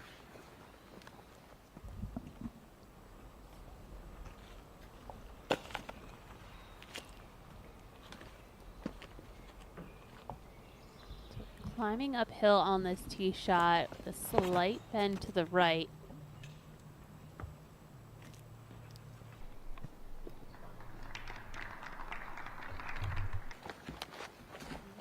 Again, Owen nestled up at the base of the tree.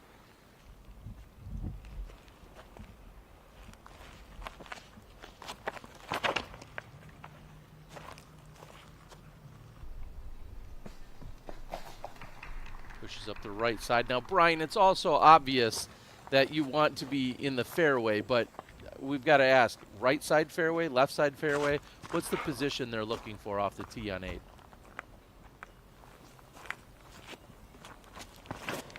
I would probably say left side fairway or center cut is nice.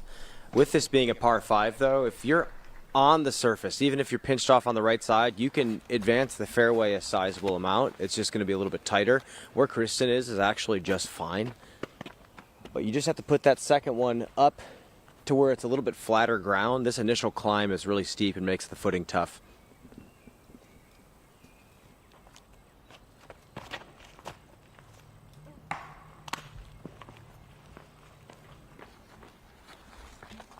Well, favorable kick for Gannon, even if it is going to be short. That's much better than a hard kick to the right, which would have certainly added a couple of strokes.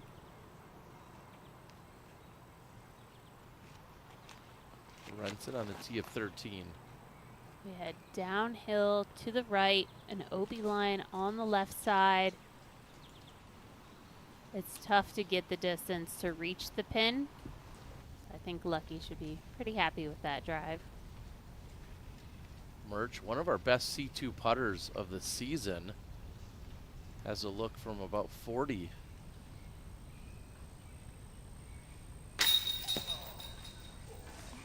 Gives it a really good bid. You saw what she had to work with to get out and around as opposed to going with her hyzer putt. More of a throw here and just barely low.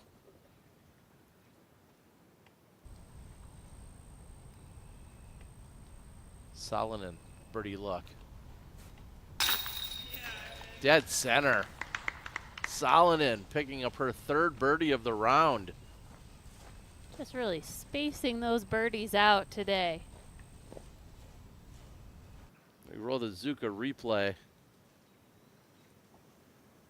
There's just something about that hyzer release she has, and the more room that she has from the basket, she's able to see that flight. It's only when she gets closer to the pin where she gets more nervous.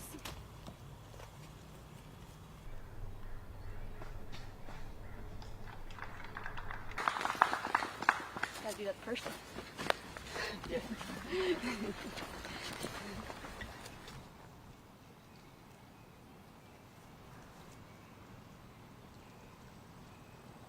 Now Lorenz in second.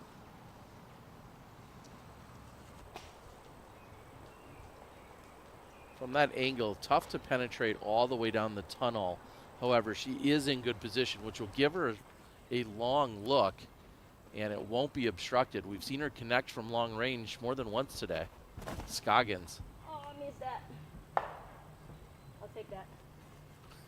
I was just going to say, all things considered, she could have done without that secondary roll. But otherwise, it looked like it was going to be perfectly fine. So it got up and rolled back on her a few feet. It's not so much the distance as it will be the position.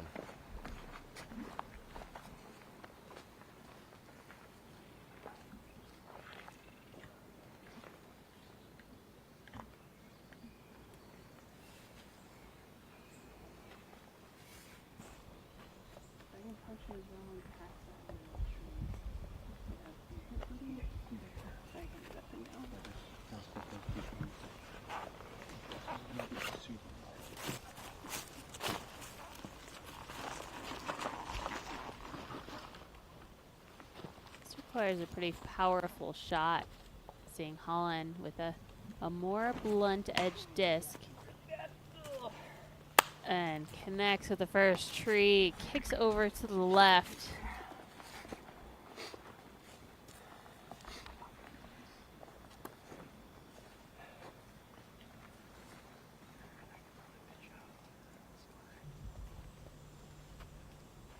Every shot on this course just requires so much strategy and conversation and thought. How aggressive do you want to get? Are you in that perfect position? And I think of the three players, Kristen is in an ideal spot. And right now the door's wide open for her to take advantage. It's something she didn't do on the previous hole after having such a good drive. Now lined up with enough space to get a good way up the fairway. And you always have to look at the footing that the players have to deal with. Are they having to step over rocks or roots?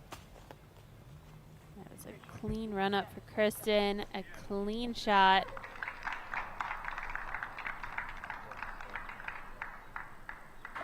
So far today, we've seen 5 birdies in the FPO field here on hole number 8.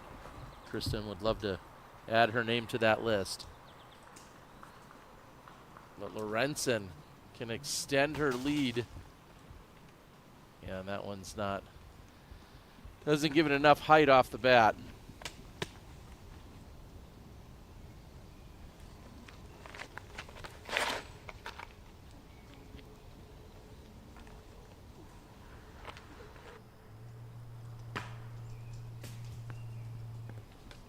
Tree, a rock, a roll, just about everything there. I think it was helpful to keep that disc flying down the fairway and rolling.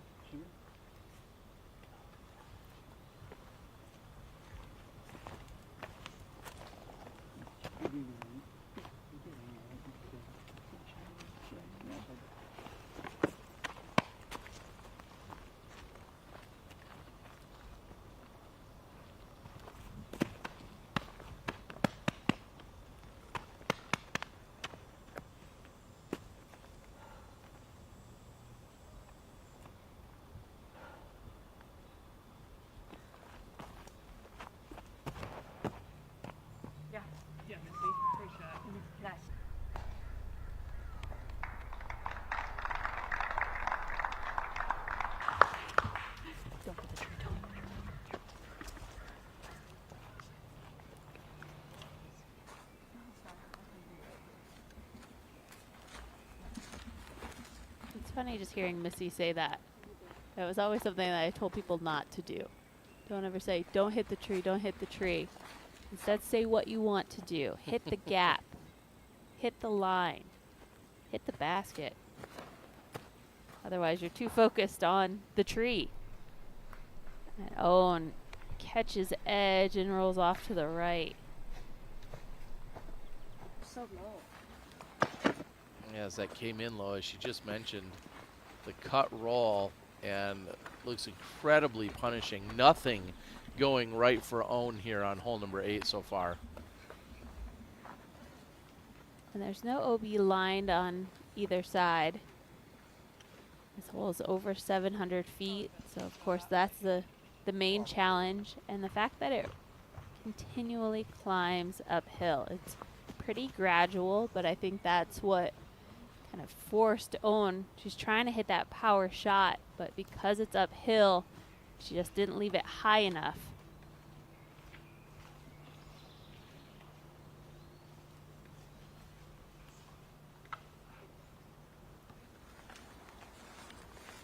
Holland trying to line up exactly where she wants to pitch out to. And that's not ideal by just a few feet.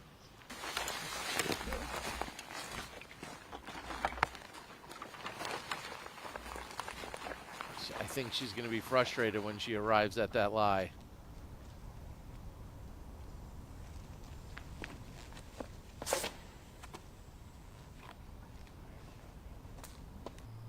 This is the tee of 11 with Natalie Ryan. And that is a long drive all the way down. Somehow doesn't hit a single tree, which that in itself, any player that's throwing that tee shot and hit 0 trees, I feel like you deserve a little bit of an award just for doing that. That is certainly one of the best drives that I've ever seen on that hole.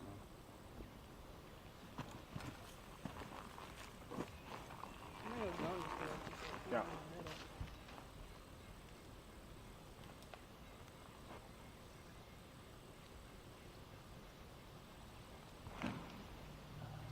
Good shot. No. Yeah. Holland get up and down and save the par. I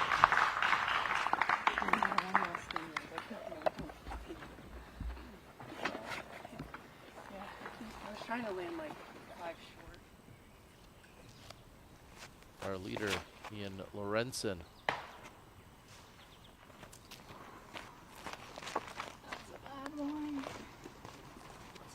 Bad one, as she says. It's going to be trouble.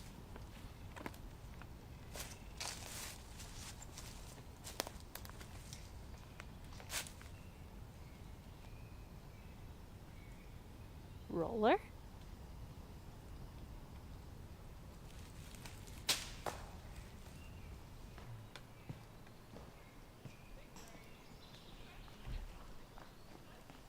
Wow, that worked out really nicely. And you heard it connect with several rocks as it released from her hand. I'm surprised it made it that far.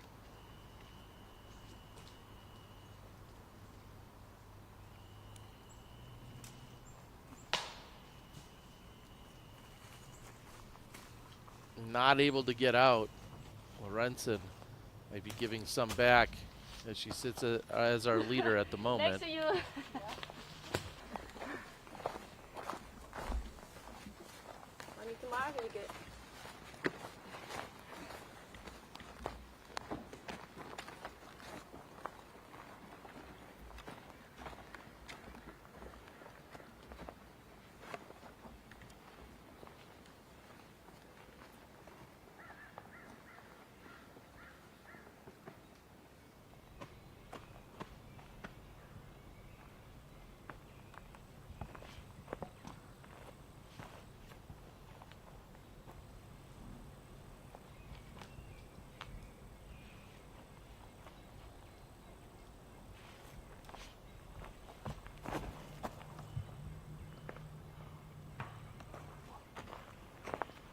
Needed a hyzer much earlier.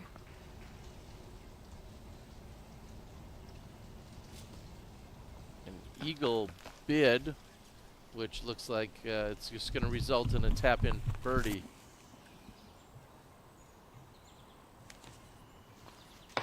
Renson with her third, and still struggling from the low left side of the fairway.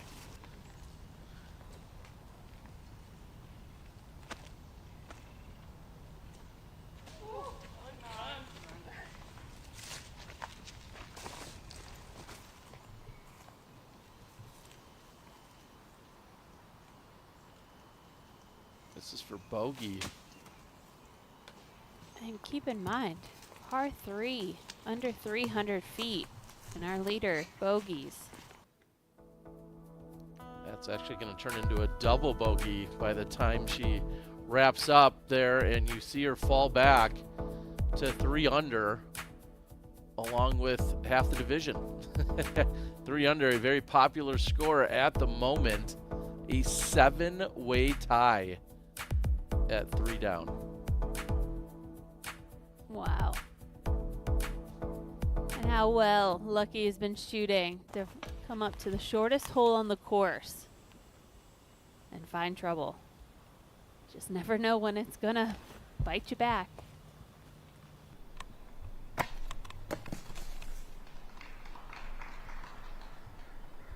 was coming in hot just below the basket for Scoggins. It skips out to almost circle's edge. Hanley hoping to get up and down and save bogey. And she'll have that left to do so.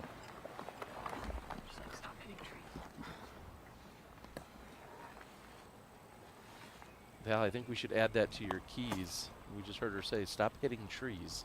Yeah, that helps. It certainly does, especially at Brewster.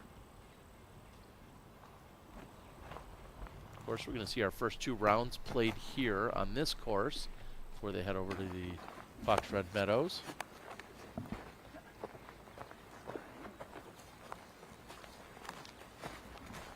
Were you putting for 2 and you just laid up?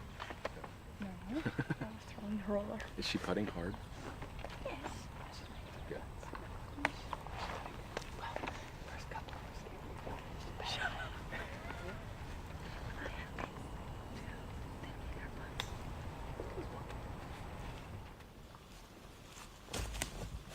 James Proctor, of course, was on the bag for Evelina during her championship round.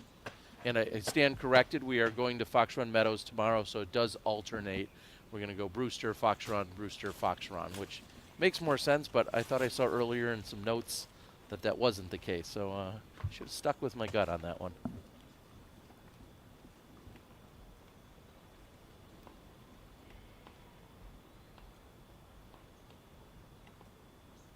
Long look for Kristen.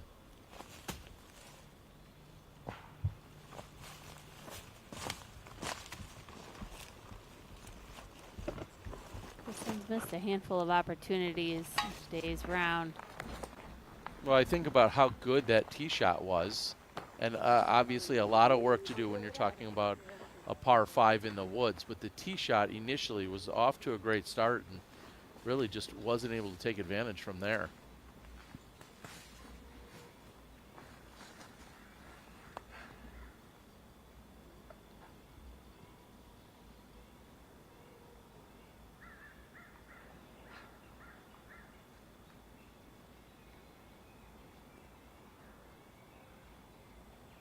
Hanley for bogey. So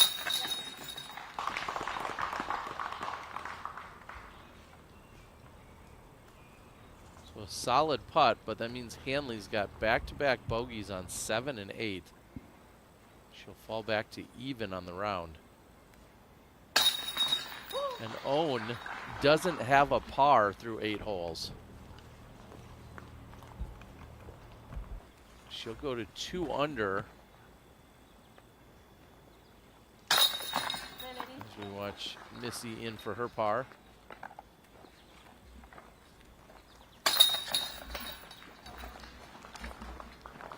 Kristen will do the same. Kristen, the only one to be bogey free on this final feature card. Salonen.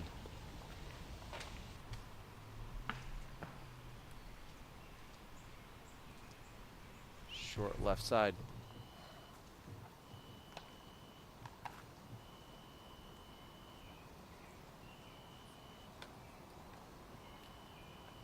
birdie look for Stacy. And not a problem. I said it earlier, a little bit earlier, very colorful scorecard. And trying to stay in that top 20.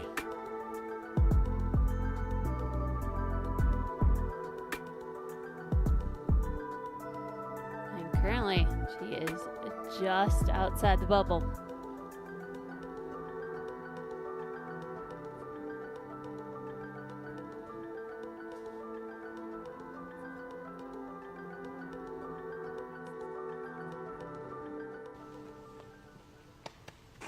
But what Stacy's scorecard shows me is that she is fighting.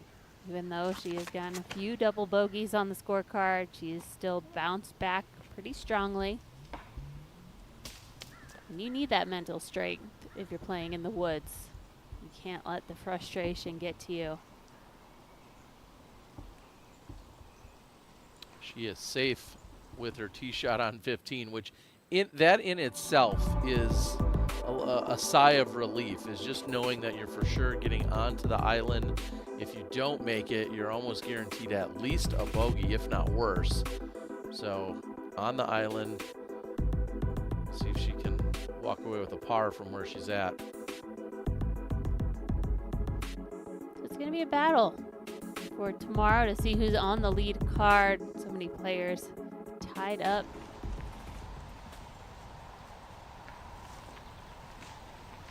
Evelina hangs it out to the right, so she'll have the short tap in for par.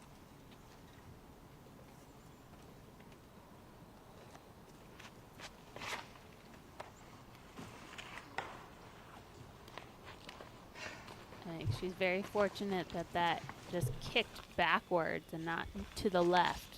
It would quickly find OB if that were the case. Yeah, good kick. And right at circle's edge for Kristen. She'll be hunting her third birdie of the round.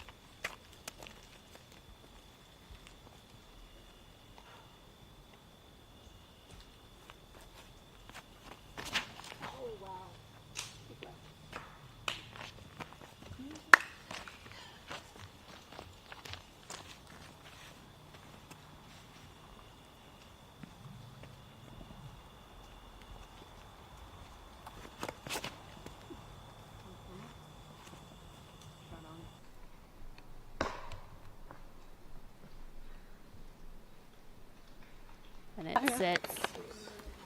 That might have been a good hit.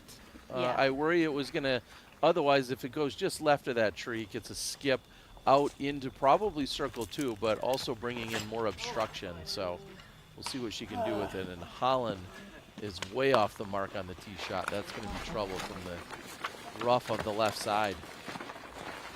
And we have to remember that slope that the basket is so perfectly placed on.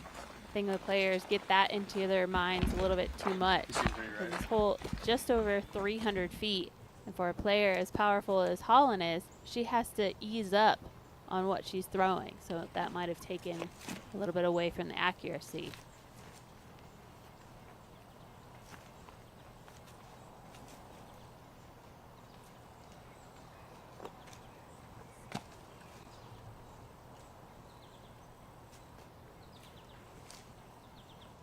Lucky is safe, but she is very short compared to where you would want your drive to be. There's very thick rough on this left side, so she's trying to get up and around and stays on that left side. And also from the left side, Hanley back on 9 is just pitching out. Yeah. Looks like it could be 3 consecutive bogeys for Hanley coming up. Yep. Yep.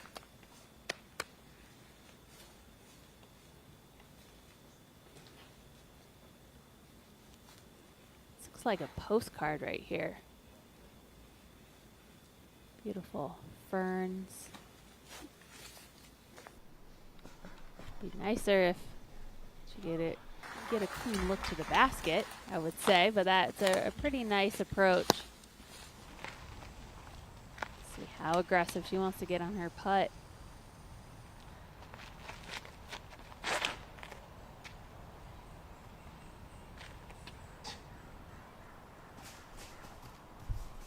Oh, the inside line, but it somehow just sneaks all the way through. We won't ask questions. Evelina's going to be ecstatic with that.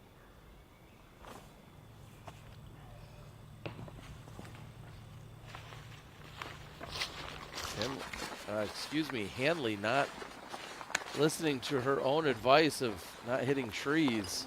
She almost hit the one directly in front of her, instead hit a later one. But either way, not a good approach.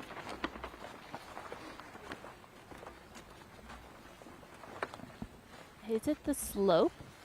Is it because it's so steep right where the basket is that scared her that much?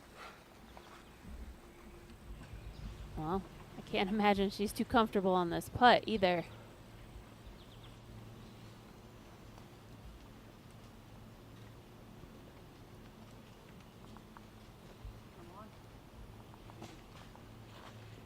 Just needs to sit, and it does.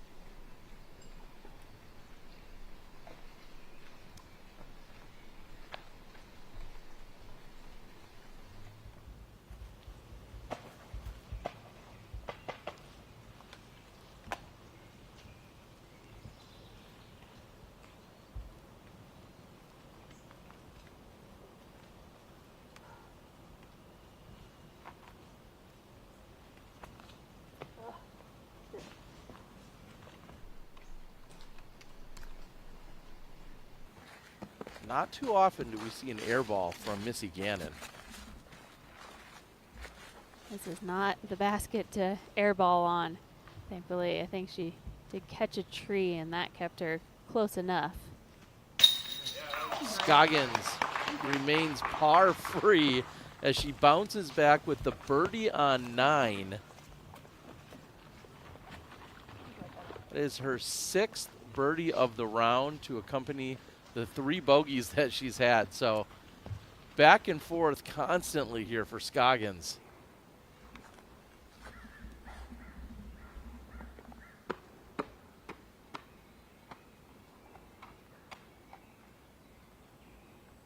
This is Kristen to pick up just her 3rd birdie of the round.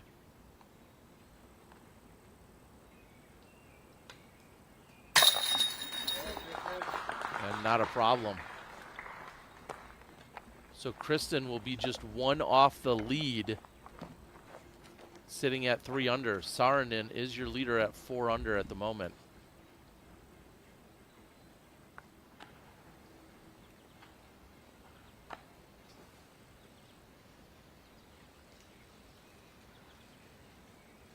Pretty severely uphill. Needs to make sure she's getting the appropriate height. That one's left side corner pocket, but Gannon picks up her 2nd bogey in 3 holes. And with that, she'll move to 1 over. Holland in for the double bogey, going 4 over the last 3. Hannah Wynn, also a contender, trying to get herself into that top 20.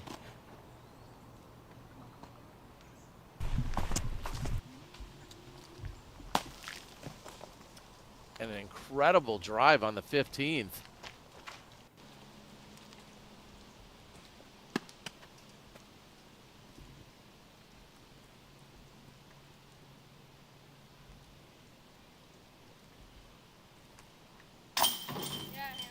Yes. She cashes it in for the birdie. You don't want that to slip through your fingers. It was an incredible drive. That was something you can only dream of. And looked like she needed it after hole 13 and 14. An insane birdie on 15. She's losing a little ground so far today. She came in sitting in 21st, currently now in 22nd. So outside of the top 20, which is what you need to be to go on to the Tour Championship.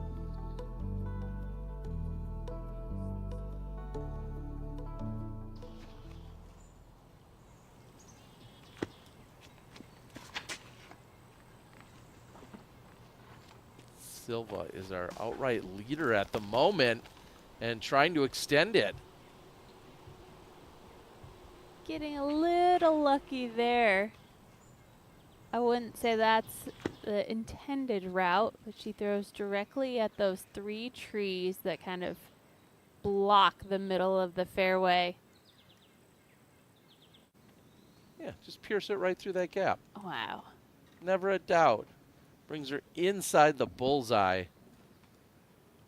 Saarinen trying to move to 5 under. Tatar on the 10th. Beautiful turn. Looking for just a fade back and finish. Maybe a little help from the trees. Well, that was some timing with the chains. I think great disc selection from Kristen. She just left it a little too high. But that is the flight path that you want.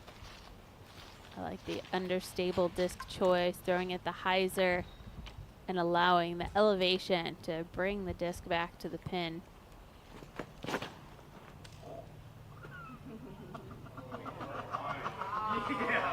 Oh, and forcing over a stable disc, as she likes to do. That works out great. Anything she can do to avoid par. This time trying to pick up the birdie on the 10th.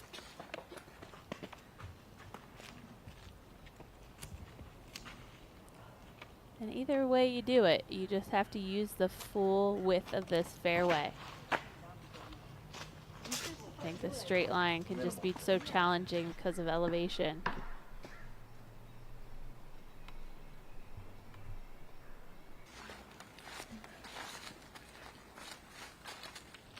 Probably a layup coming from Missy over on that right side. She's going to have some trees, some low branches possibly to contend with, and then as that gentle slope comes in, it's easy to be tentative on a putt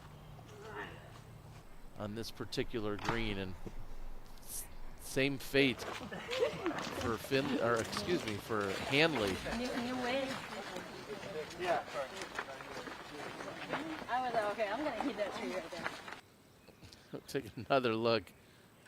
You called it, Val, using all of the fairway.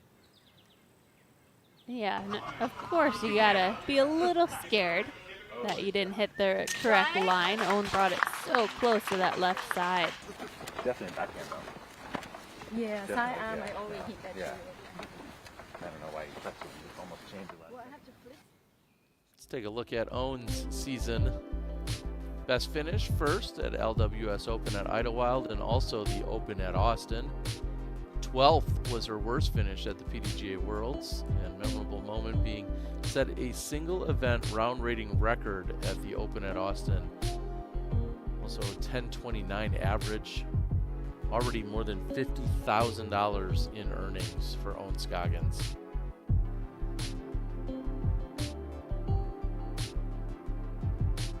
As I said, Owen eligible to be playing at the U.S. Masters, the Tim Selinsky U.S. Masters PDGA Major taking place.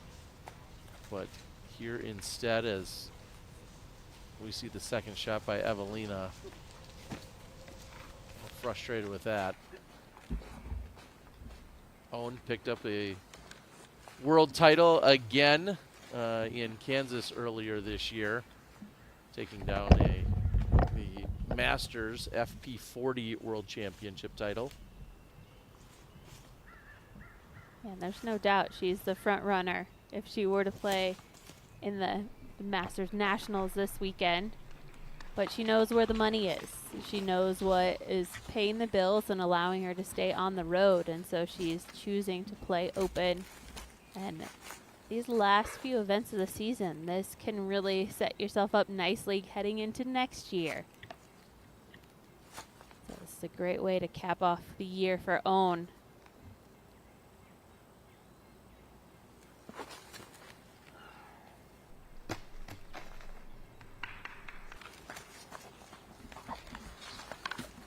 lunging bid coming from Hanley. We'll leave her pretty close for the par. I don't know if we'll see as aggressive of a line coming out of Missy Gannon, but back with Salonen now. Wow. Found a gap somehow. Fought all the way through.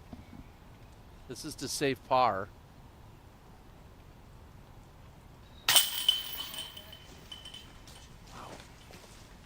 Bogey-free effort coming out of Evelina Salonen.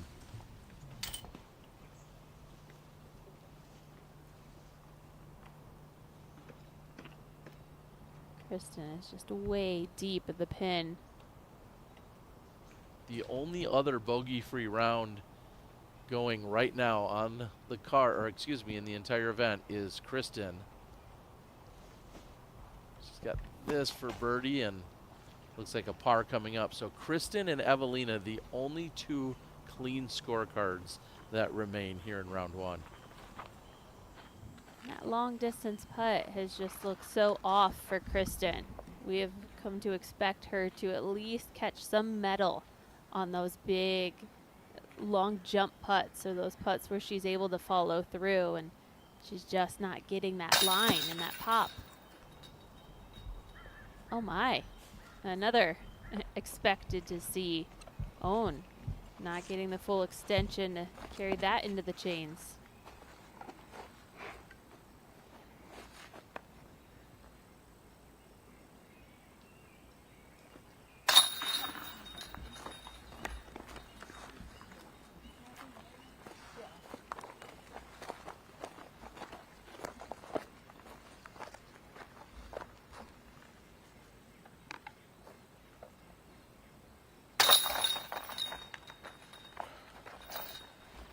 Kristen in for the par, and Owen will pick up her first par of the round.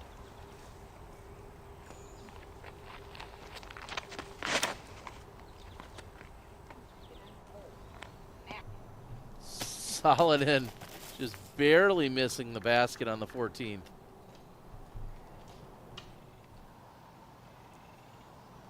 Checking in with Val Mundahano. That's a long putt, but in for bogey. Struggling here on the back nine.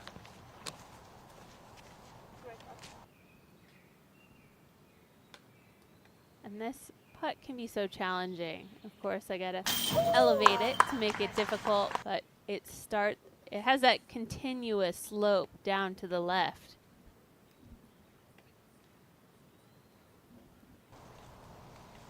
And we saw the drive earlier by Silva Saarinen. The tap in, and Silva, your outright leader here at the GMC. We're going to take a break on the network. We'll be right back.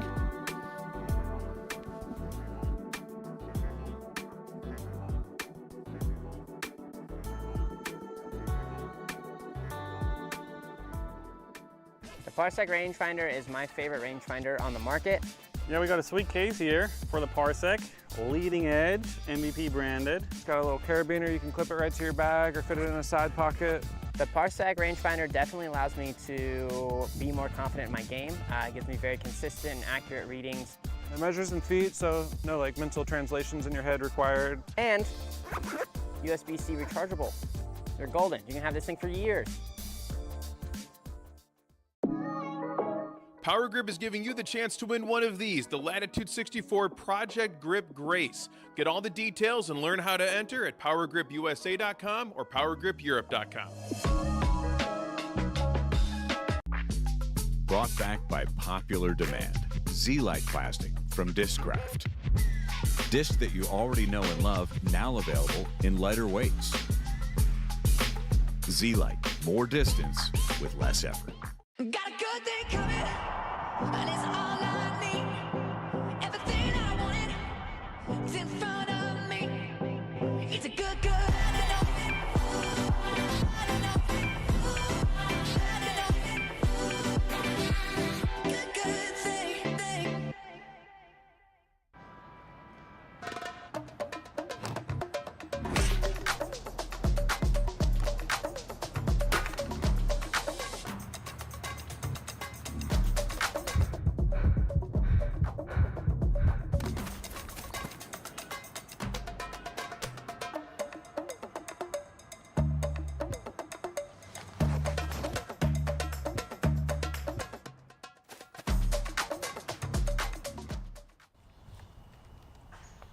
Hole 14, Natalie Ryan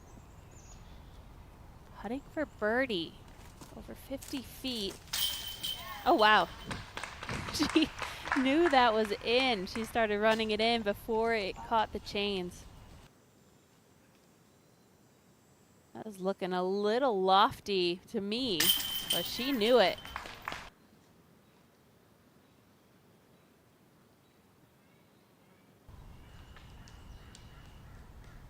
Ella Hansen, a similar distance.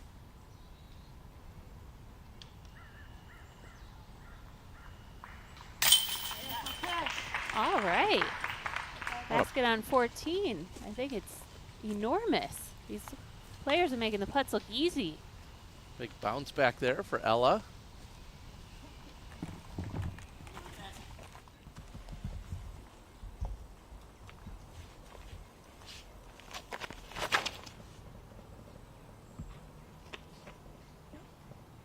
This tee shot on 11 is very similar to what they were trying to throw on hole 10. Like the hyzer flip with an understable disc.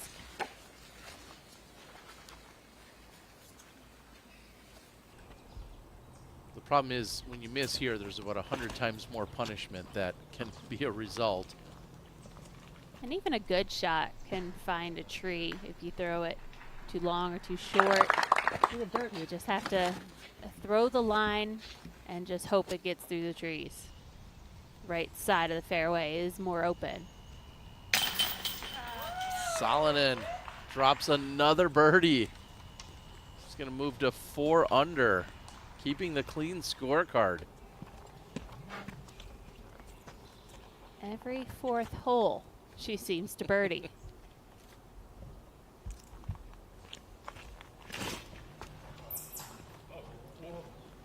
What a kick. She can't be upset with that whatsoever. I mean, obviously the release wasn't there that she wanted. The ultimate result, though, quite favorable. We head to 16 with Saarinen.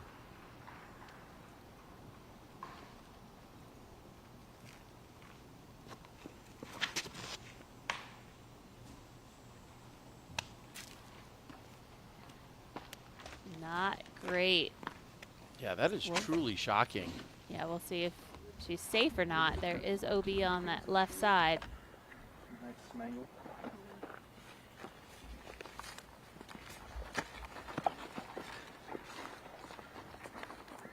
Brian, I'll ask the same here as I did back on 8.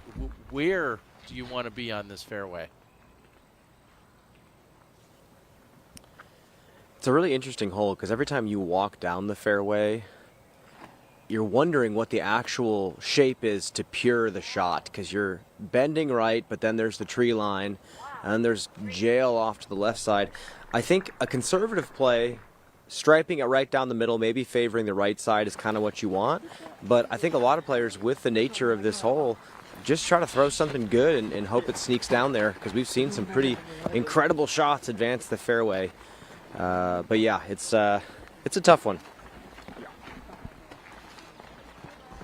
I think going that sidearm off the tee, it eliminates the elevation carrying you farther down the fairway. The sidearm is just a placement shot that Holland was trying to throw.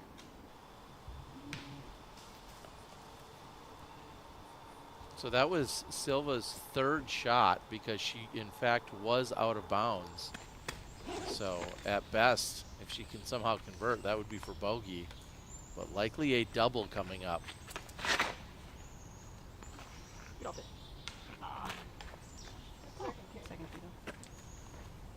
Nearly perfect. Another 2 inches to the right, and she would be putting for birdie.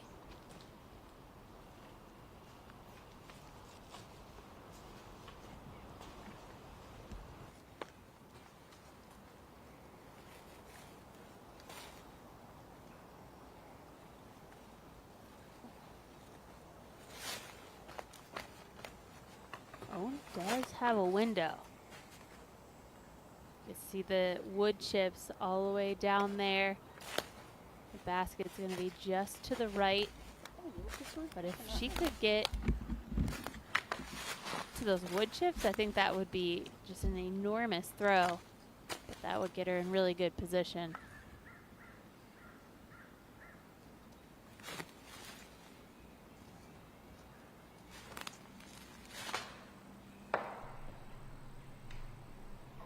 A lot of contemplation coming out of Scoggins for that shot.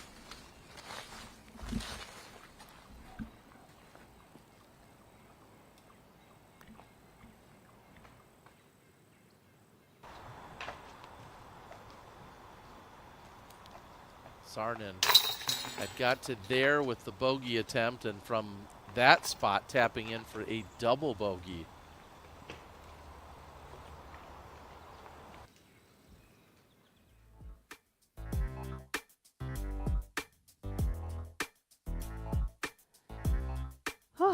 Silva at 4 under. I know, just when you think you can take a breath, or when we see someone kind of jump out in front, inevitably it feels like a tree also jumps in front of them and then stops their progress. And to see Luque, she was our leader for so long, now sitting in a tie for 10th. That is just how stacked up this leaderboard is.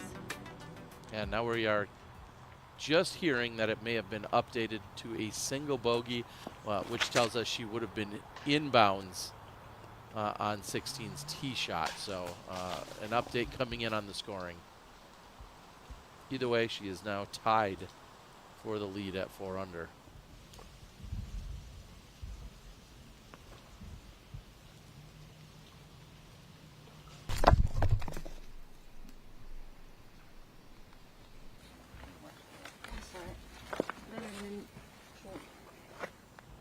Owen will have a chance to save the par.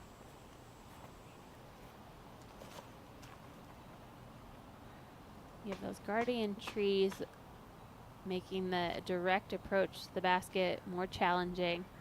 Kristen's lining up to go around to the left. It is more open on the left side.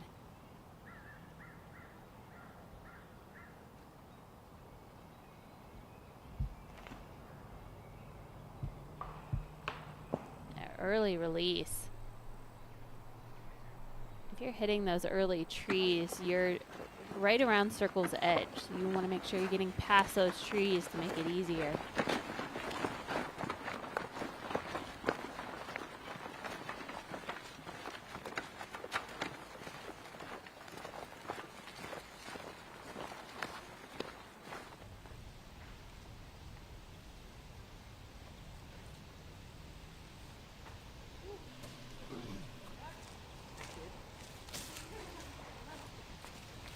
Evelina's approach will leave her with a par opportunity on the 15th.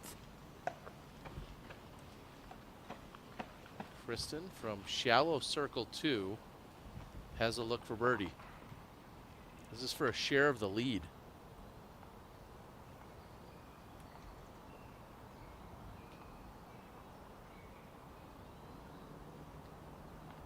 And she gets it. Kristen covers up the less than ideal approach with a solid birdie putt from circle 2. And just so sneakily climbs her way up.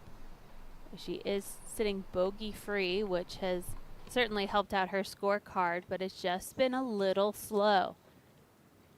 That time taking advantage of the clean look to the pin, the long putt.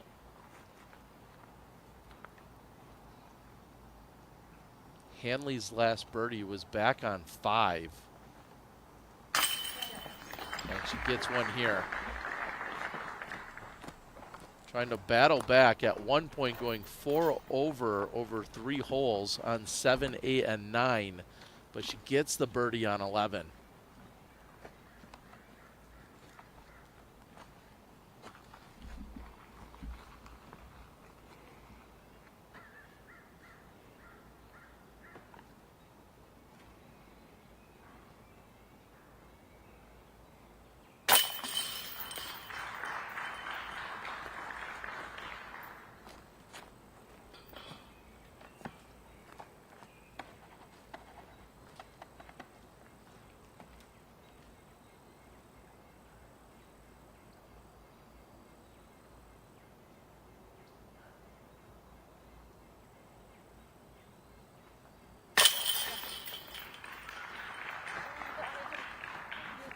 Missy hasn't birdied since hole number 1.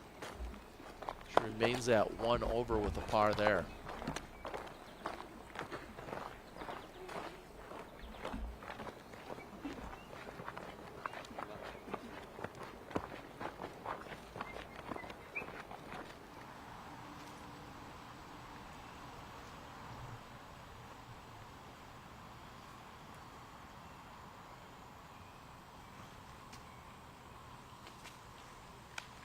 Hyzering out a bit too early.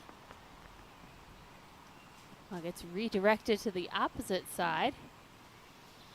A relatively short putt, but it'll be obstructed.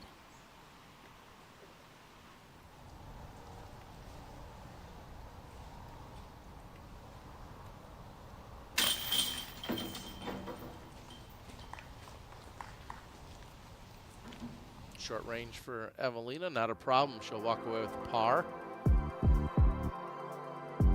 And she will be tied still now with Kristen in the #1 spot, along with Rebecca Cox and Silva Saarinen. Rebecca doing plenty of work, especially on the back half so far. A few bogeys sprinkled into her scorecard throughout, but sits as a co-leader at 4 under.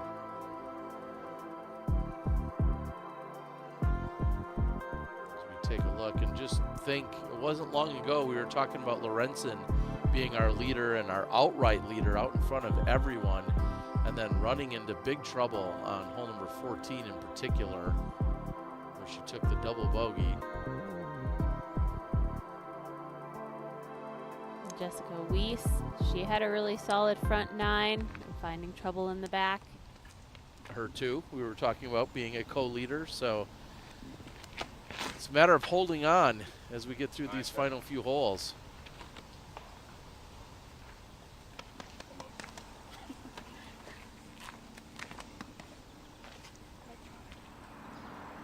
Smile from Evelina. Doesn't tell us much. But Mandujano's putter has been hot these last few holes. She had the big jump putt on 15. Oh, solid birdie putt here on 17. Wow. It's a low ceiling on that left side. And there's always a little bit of a scare knowing that there's a very steep cliff just beyond the basket. You can hear the river rushing. Silva to become your outright leader, and too much obstruction there. You saw it get caught up.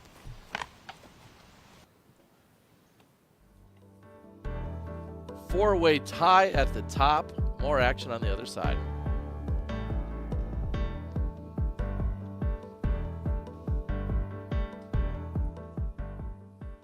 What's up? I'm Raven, Team Zuka. Here's what's in my cart. All my main discs are in this bottom compartment, easily accessible at mouth and eye level. My treats are in the side pockets up there. It's inconvenient, but good for self-control. A feature I'm iffy on is those unpoppable foam tires. I have tried. They don't pop. But my favorite thing about my cart is when my mom grabs it, I know I'm going O-U-T. And there's squirrels out there. I think the Blackwell Pro is the best practice basket I ever had at home. What I love most about this basket is that it catches really well. It's kind of exactly what you want. If you're looking for a great solution for a practice basket, Blackwell Pro. Some of my favorite discs in my bag are the A-Series discs. They're the ones I lean on to get close to the basket. These are torque-resistant discs, provide a consistent fade at the end of the flight. The best way to find your flight is to get out and use these discs yourself.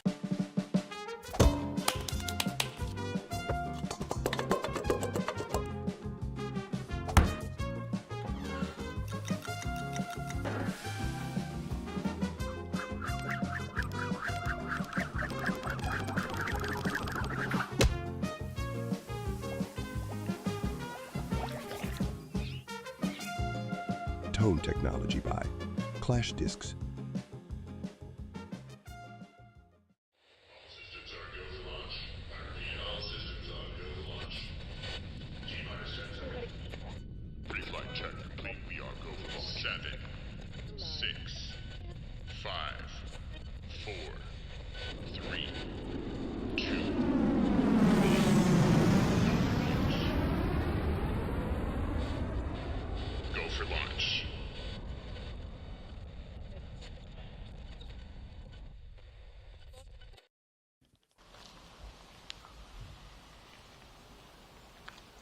back. Kristen on the tee of 12.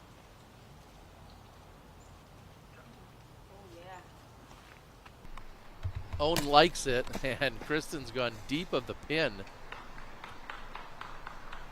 Should be in circle 2 with a slight uphill putt coming back up at the basket.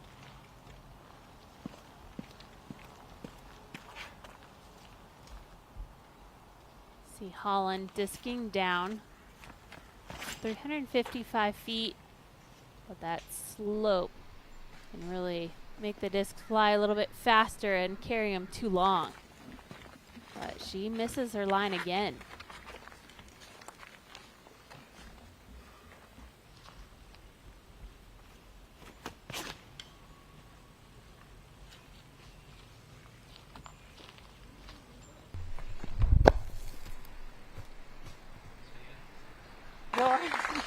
Owen crushed that. That is way deep.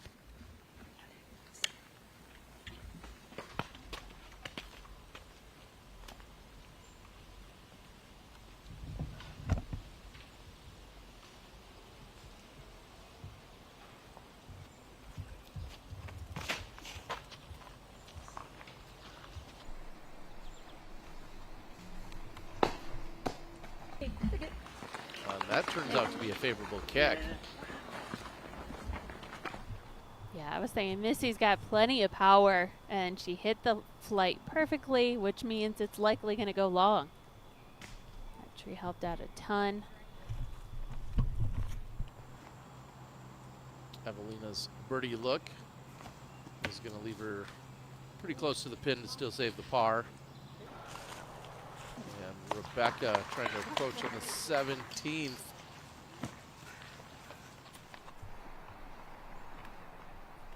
That was her third, so she'll still have a look for par.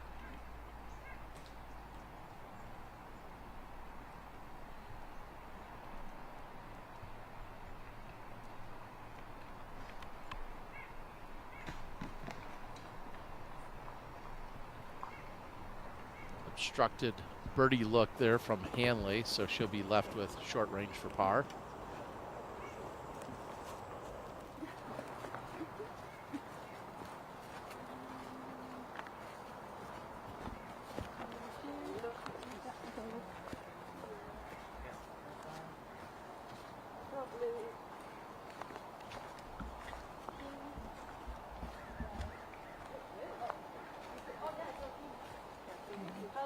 Where we can see that daylight, there is a very steep ridge like I was mentioning, and that goes down to a creek.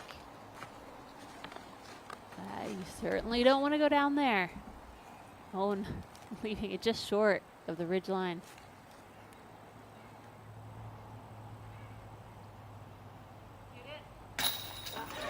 Scoggins, no problem. Just unbelievable. I think we all would just dream of putting like Owen. How casual her setup is every time. And just how much power she can get behind a putt. It's all arm for Owen. A lot of spin behind that putt. Kristen also in circle 2 with a birdie look. As you can see, takes a lot more time than what we see from Owen. And Kristen not able to convert. In fact, doesn't draw any medal.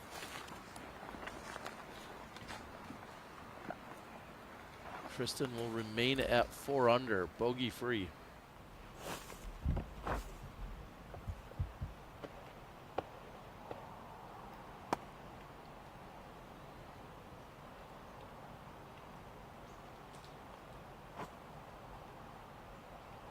Missy for just her second birdie of the day.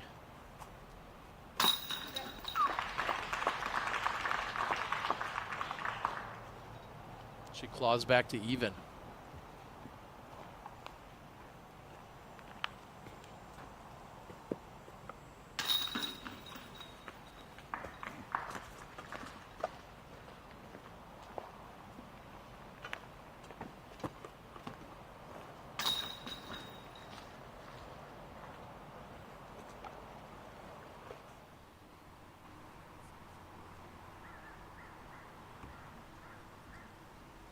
Silva Sarnen teeing off on 18.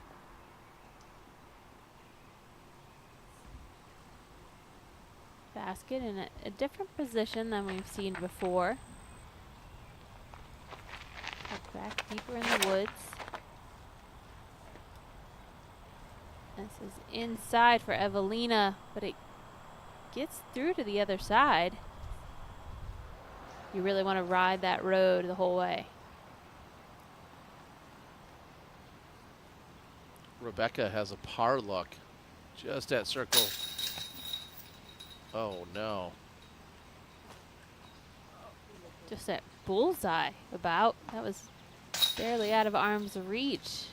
It's shocking to see that miss.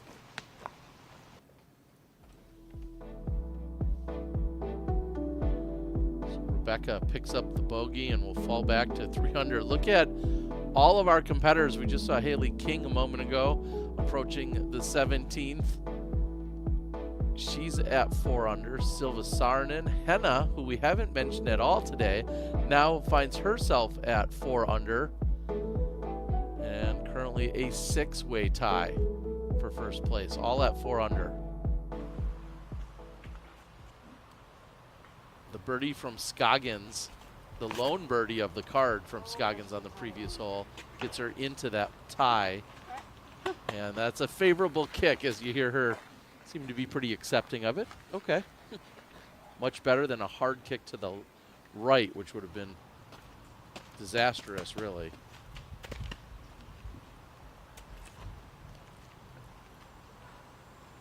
So Missy, of course, is going to go with the backhand shot, but you want to throw down the road, and it's a late turn to the right.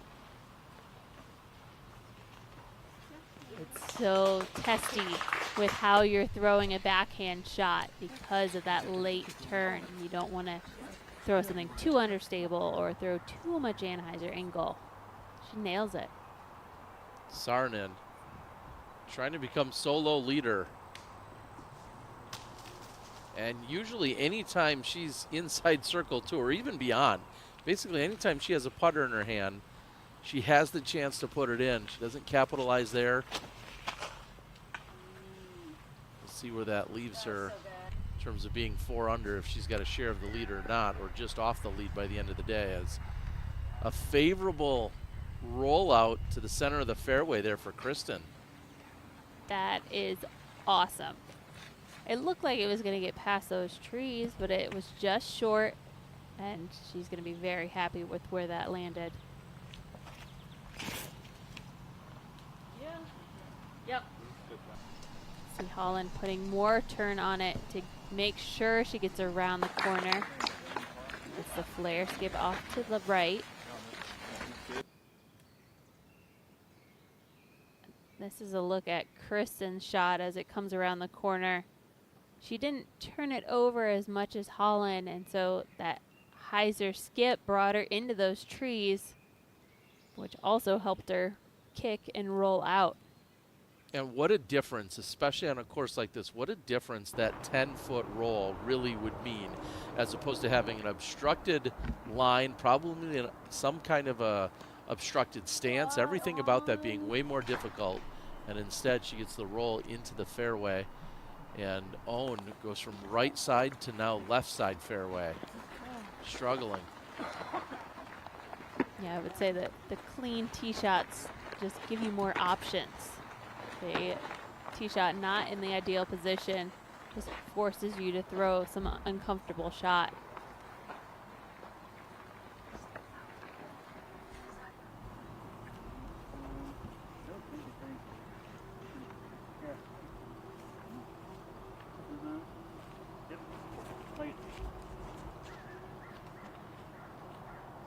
The second shot, they're trying to throw back into the trees.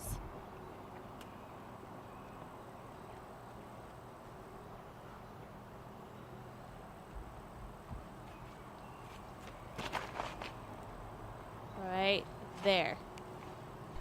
Let's see. Got a lot of turn on that, but it recorrects itself. She's heading right down the tunnel. A very nice throw from Missy.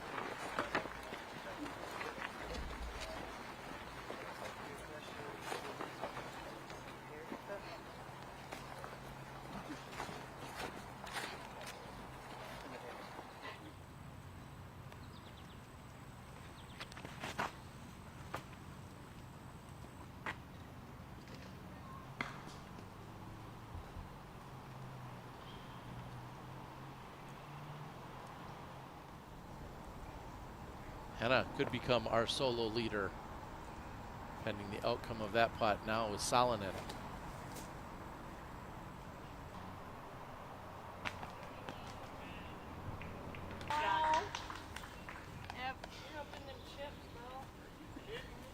Evelina has the opportunity to break her pattern, getting a birdie. Haley King. Did she get to 5 under? She'll have that putt to do so.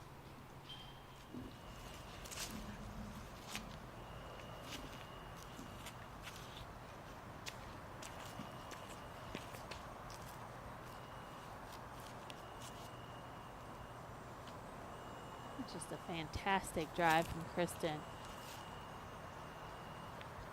We've seen her set herself up with good drives, but not necessarily take advantage. Terry. I'm sorry, I have to call it like what we've been seeing, and that is the perfect example of it. She doesn't know how good her break was to get her out into the fairway, so that isn't necessarily relevant in any way. But to have that position and not get it closer to the basket because she has an errant second shot is, I don't know if I have the words for it. Besides shocking and surprising, just crazy to see.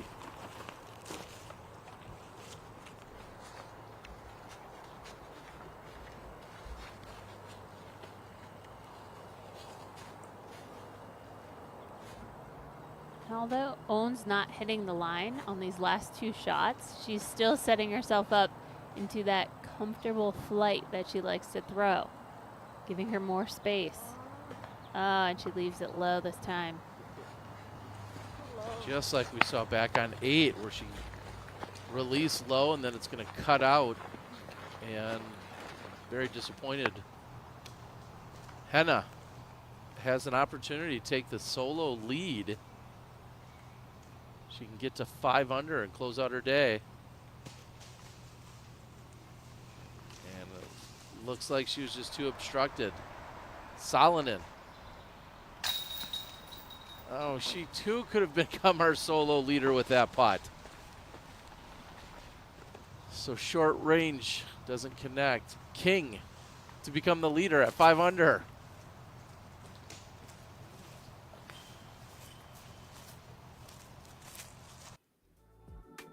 Somebody get to 5 already. I think we've seen somebody get there. Lorenzen was there at one point. I know we've seen it. Who can get there or get past? 7-way tie at 4 under. Kristen and Owen have a few more holes left for them to get to that 5 under.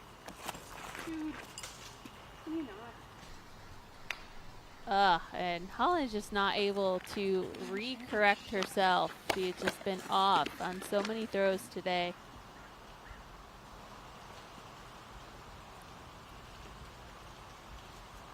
It's a tough spot to be. Left of the gap, the low ceiling. Kristen's bogey-free round in jeopardy here.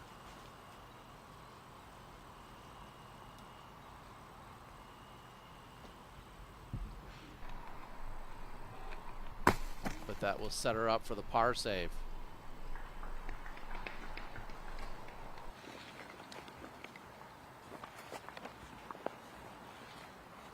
And seeing how short of an approach that was, you know that Kristen could have easily reached the pin in 2 from where her drive landed.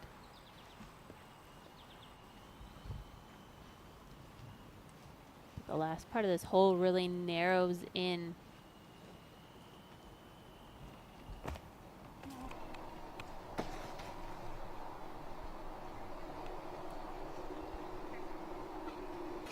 Missy keeps it clean on that approach until she released it not on the line she wanted to, but it gets through the trees.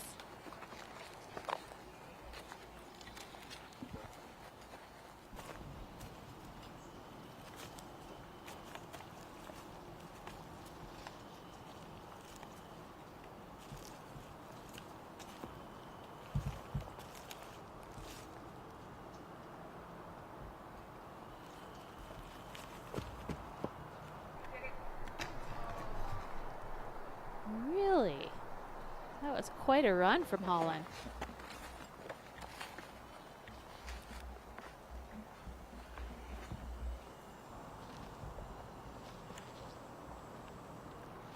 Holland would go to 2 over with a bogey. Now Scoggins. Get it? Oh. Oh, she's calling for it. Left side chain, not quite enough.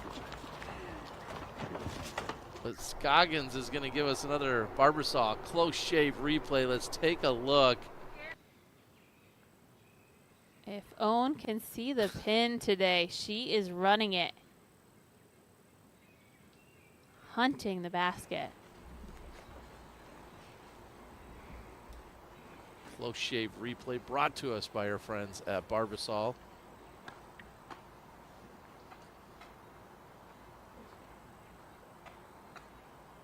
This is not a gimme putt for Kristen.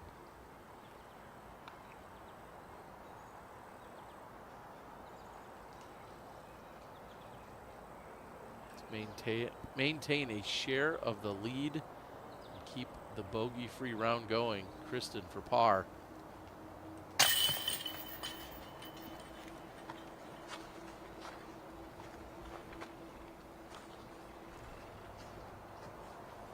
That is frustrating.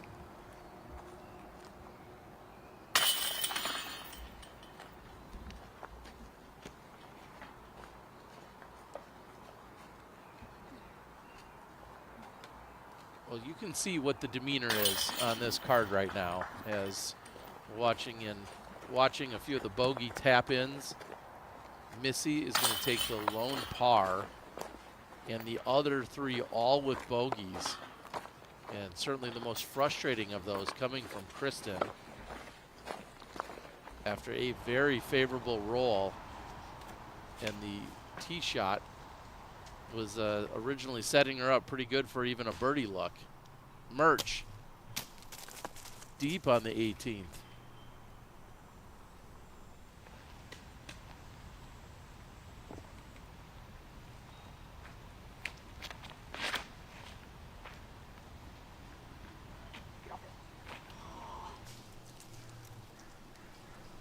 And catching that tree keeps her well outside the circle.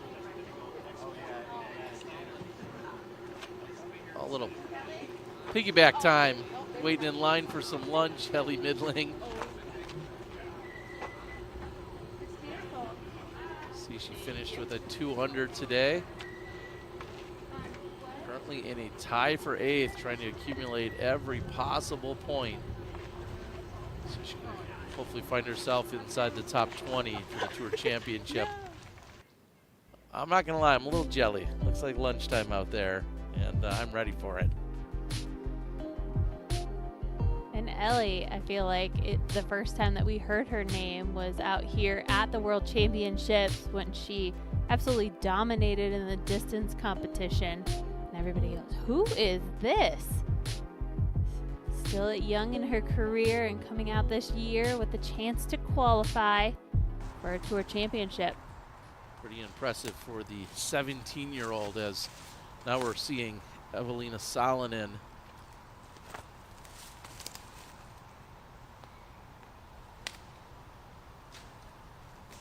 Val, something to be said about Evelina Salonen coming back her first competitive round after her World Championship title on a course of this nature and going what should be bogey-free, assuming she cleans up that final putt. So impressive. Yeah, I would agree. After weeks and weeks of celebrating and partying, to come back and shoot a great round. That too, and also celebrated a birthday during that time when she went back. So celebrating the World Championship victory along with a birthday. So the shortest hole on the course, 275 feet uphill. Home gives herself a look.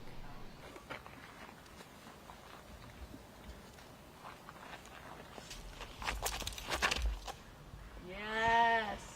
How will Kristen bounce back after taking her first bogey of the round? And that'll give her a putt from just deep of the pin. And the way that Owen just exclaimed, you want to bring it as close to that tree that's in the middle of the fairway as possible. And you know when you release it at that perfect line, the perfect height, you're going to be putting for birdie.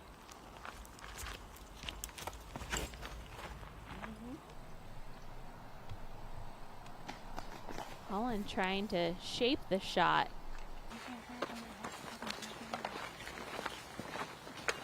Overturns it. She's going to have a long bid.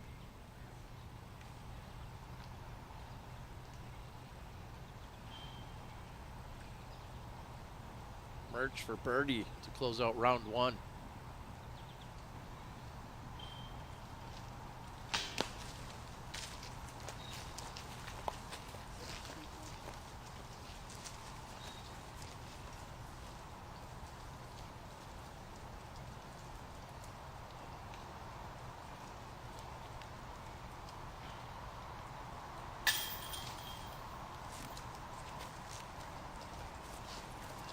Oh, that is the worst way to finish a round. Okay. Makes the comeback putt, but like you said, she has had a very solid round today, bogey free up to that point, and finishes with a bogey and a short miss putt. Yeah, and also not likely going to see her, well, officially we will not see her on the lead card, as we're seeing all the 4-unders that are in the clubhouse. So she will not be on lead card going into tomorrow's round. Scoggins, again, left side chain this time. I'm right at circle 32.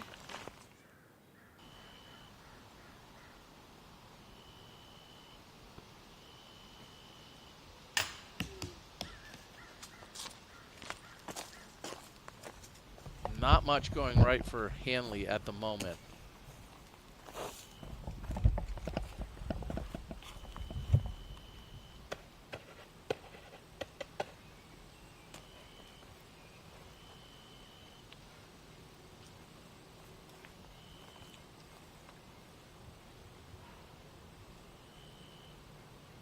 Gannon for birdie. Gets it. Solid putt. Missy Gannon has now birdied 2 of her last 3. She moves under par. And to see her get that much power from the straddle with the left foot behind the mini, I'm always impressed.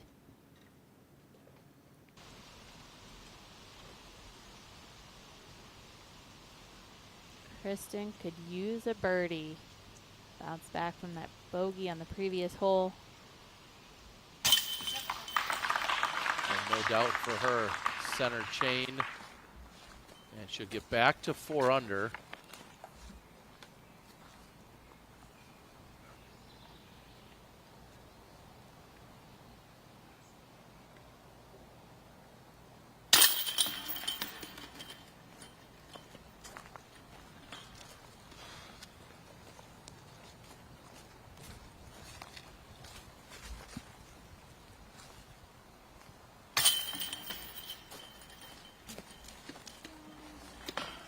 Disappointing par for Scoggins.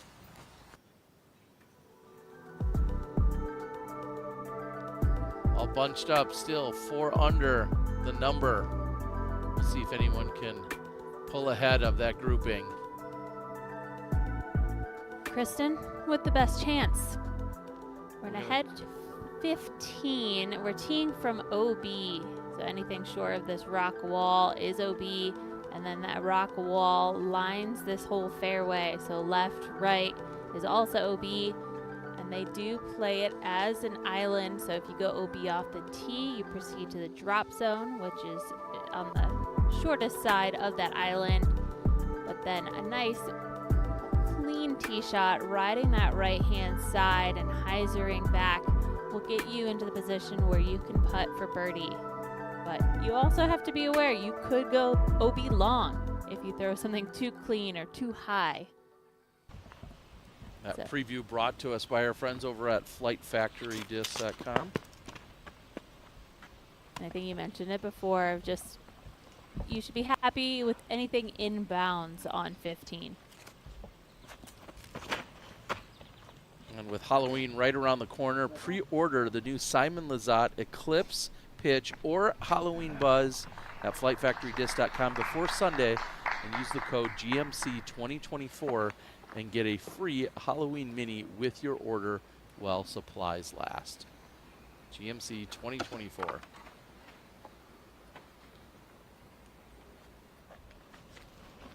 Trick-or-treating doesn't get any better than that, Val.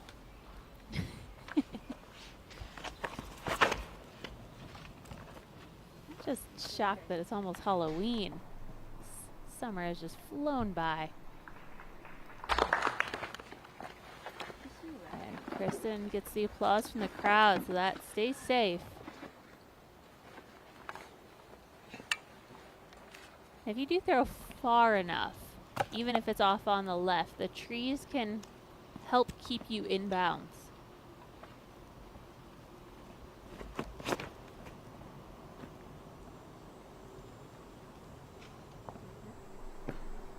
Just the way that Owen can bend the disc is just so incredible. The way she uses the angles of the release and the stability of her disc to find their way back. She's parked on 15.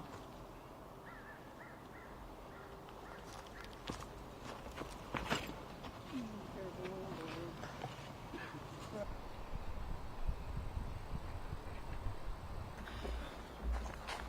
could hear the displeasure coming from Hanley after that release. And there's just not enough room on these fairways for Holland to readjust. Her drive has just been off all day. But meanwhile, Owen is just looking so confident.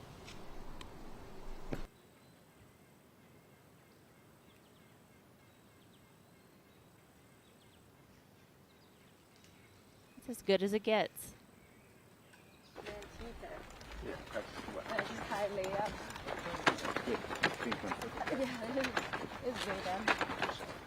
It was hole 2 that Owen was rubbing her arm. It looked like injury was creeping back in, but she's looked very solid today.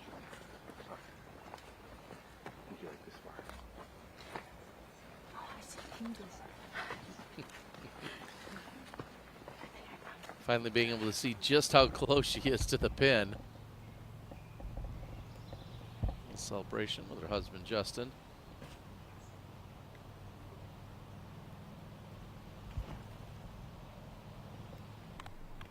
Very narrow window, and Hanley hits it. So good chance to get up and down and save the par. Solid recovery shot.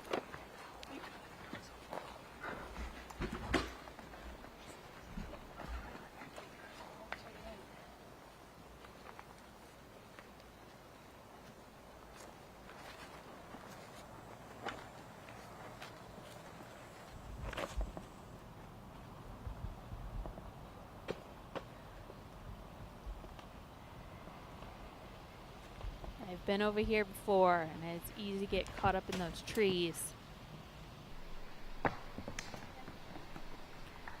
Kristen throws it up and over and has a clean putt for par.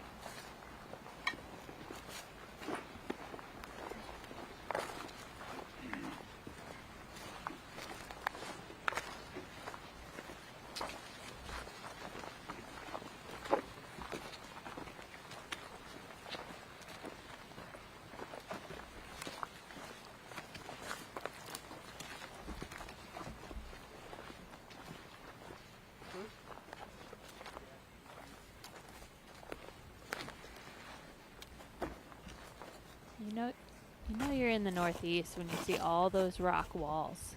And to think that somebody built those back in the day, creating the property lines. We see them out here, and we see them out at Maple Hill as well.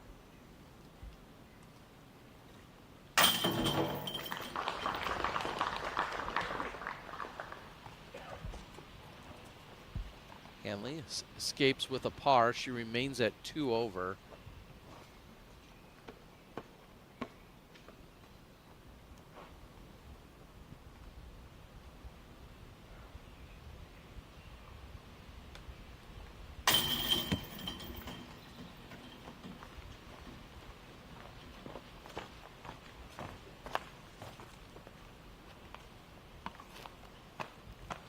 Something was getting into Missy's head there. Seemed a bit distracted.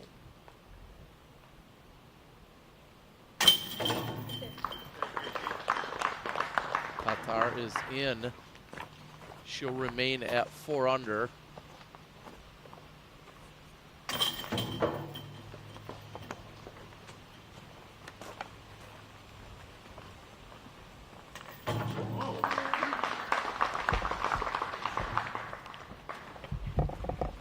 Own jumps into the mix.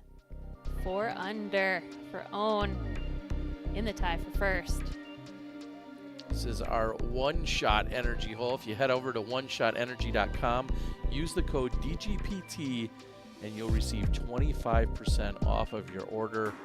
Hole 16.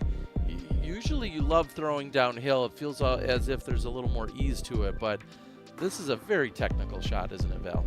It is, and I think more technical if you're going for the backhand flight, which I'm assuming Missy will.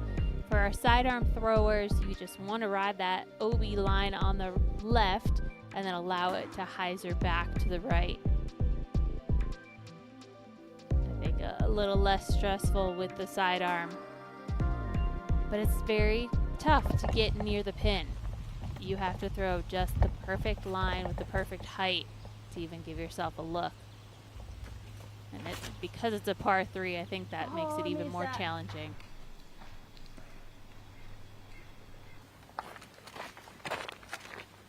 Own gets saved by the trees.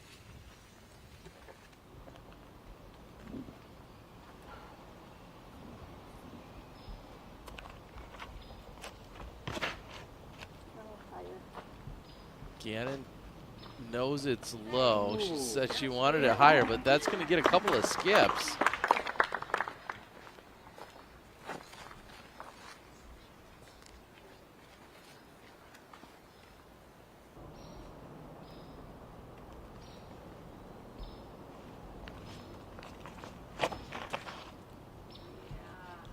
This looks good from Kristen.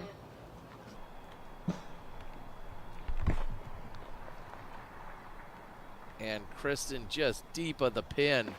She'll have an uphill look for birdie.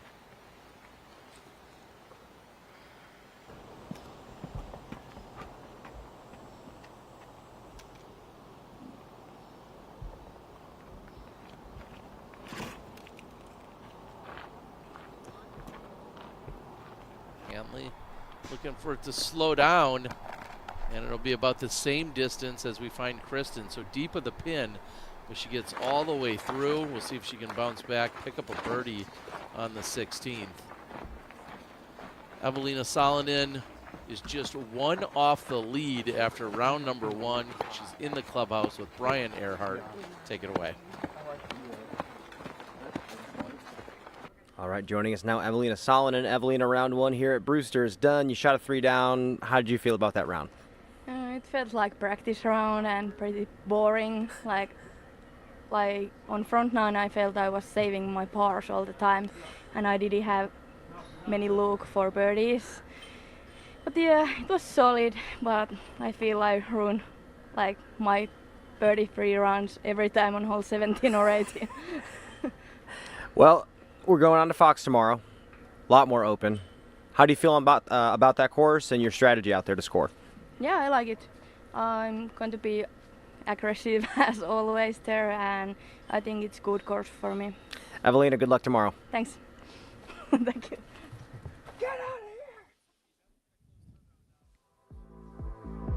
Let's take a look at Val's keys for closing. Brought to us by blackinkdisc.com, the premium disc golf store. I think mental toughness is crucial on a wooded course. You might find yourself in some trouble, but you just have to keep focused down the stretch. Accurate approaches are going to be essential if you find yourself not in the ideal landing zone. And C2 putting. Continue to give yourself a look at birdie, whether it's from your drive or with an approach. That's the way you're going to keep up with the pack. And I think Owen has done just that. Anytime she could see the pin, she is being aggressive with the putter. Ugh, this time doesn't land so great. High release and it hyzers out. I would consider it a tough putt. I'm not sure Owen will be too scared.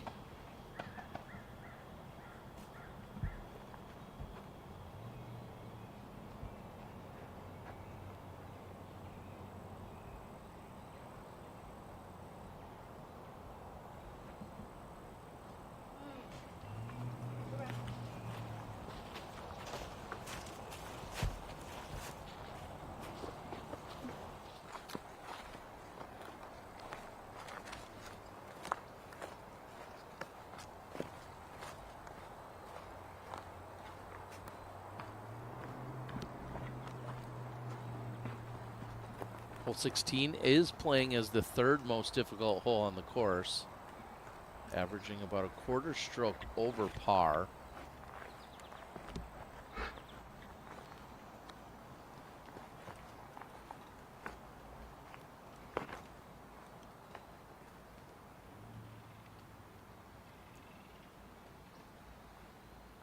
Come on.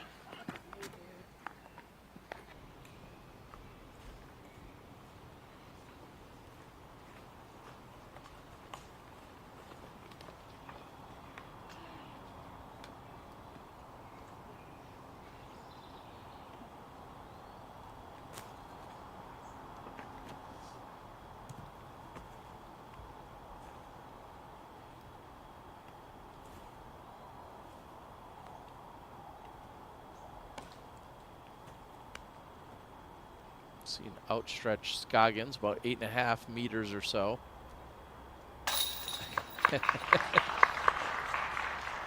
Just need an extra moment on that one. The way she throws her hands up in the air like she can't even believe it.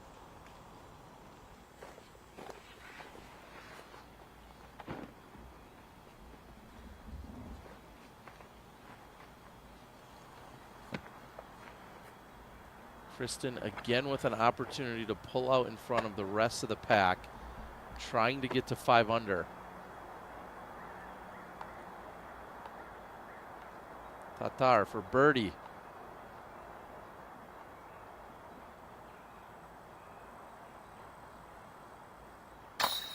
And she gets it. Kristen will move to 5 under.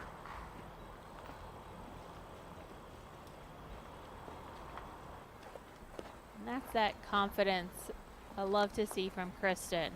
It was years that she would step up to a putt like that and there would be no doubt she was making it. Now I feel like things have been a little rocky, and so to see her make putts like that just proves she's climbing her way back.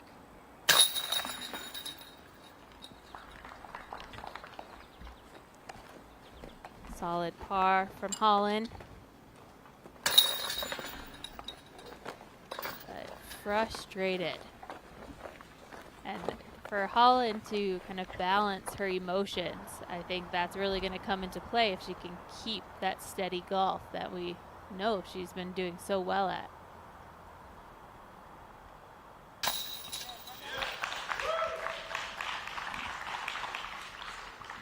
So much focus from Kristen.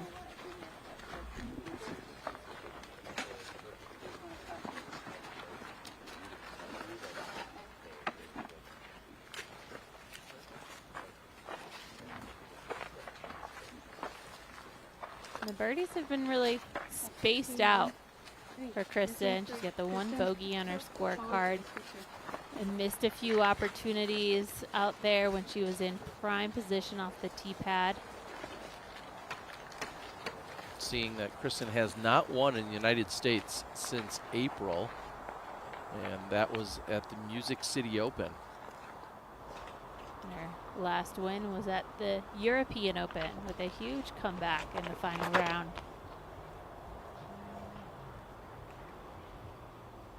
And we see her peering the shot here on the 17th. Rewind just a few months and say, Kristen will go, 4 or 5 months without a win in the U.S., and there's not a person in the world that wouldn't take that bet against it. She is so dominant in what we saw from her last year, sweeping the majors. She seemed like every event she stepped up to, you were just almost assuming that she was going to be taking it down or finishing in the top couple spots. This year has not been as consistent, as solid, and so to think that even that stat just kind of blew my mind, thinking that we haven't seen her win in the U.S. since April is almost unbelievable. Also seeing her get to the 1,000 rated rating, that she was the first woman to ever do so. She did that earlier this year, but to not have a win since April here in the U.S. Wow.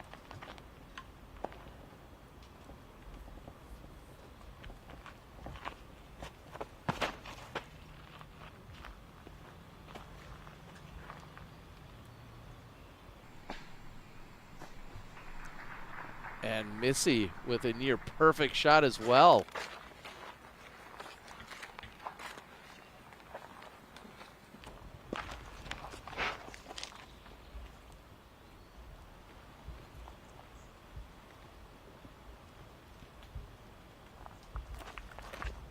See if Holland can fight her way back to maybe an even par finish on the round. And that one is pulled to the right. It seems like a consistent error that she's making off of the tee, just overpowering it, turning it over too much. And here we're taking a look at the birdie zone on the 17th. The birdie zone is brought to us by Birdie Pro, the best-selling disc golf board game in the world. Get yours at your favorite disc golf shop or at BoderBrothers.com. Right there at the elbow of where we watched Kristen as well as Missy essentially get just past the elbow and pushing maybe even that upper side of that orangish yellow area. Man, if you can get past the birdie zone, I'm not sure what we need a new name for it when you're getting all the way to it and beyond. But there is that clump of trees right in that birdie zone that provides the biggest obstacle, and both Kristen and Missy Heiser just in front, and they landed perfectly on that road, which set you up nicely for the second shot. And I think Holland being so far on the right, that straight drive, she's going to have to deal with those trees.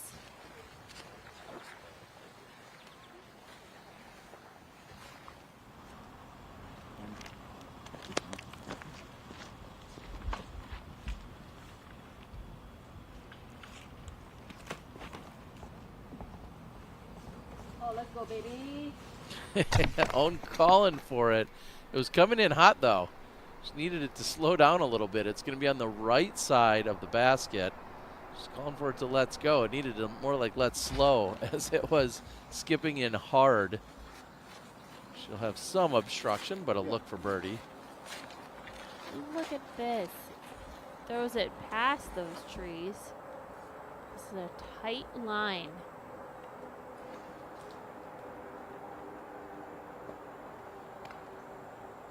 That's going to be left side, and almost no clean look to the pin whatsoever.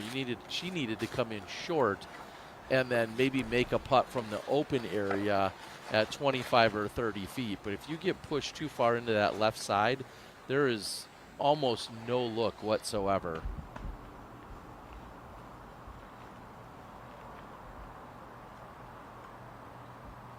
Kristen going with another sidearm, where I feel like a backhand shot would be a little bit easier.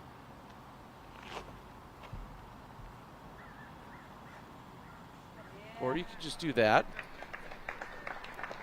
Huh. That's one way to get there. Certainly you nor I ever known for our forehand prowess, and Kristen finds a way to make it work.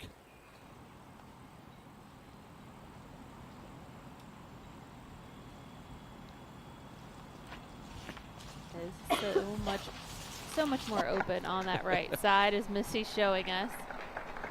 Not even the best shot, and she still gives herself a nice look. Speaking of showing us, we're glad you're joining us for the show today. Use code GMC25 to get yourself 25% off your Disc Golf Network subscription. That comes in for your first month. Very important month coming up, so if you're going to make your first month any month, now's the time to do it for your Disc Golf Pro Tour or Disc Golf Network subscription. Again, use code GMC25. Welcome everyone watching out there that has come in using the YouTubes. I'd love for you to join us on the network as well, where you can also watch the conclusion of this event along with all those others as you just saw. And she does have a window. I was thinking 5 feet right or maybe 10 feet left and she would have absolutely nothing, but it looks like she has a very small window. You see her outstretched with a low ceiling. Not exactly a high probability. Let's see if she can make some magic happen. Oh. Wow. Great extension from circle 2. However, Hanley is looking like a par here on the 17th. That would keep her at 2 over.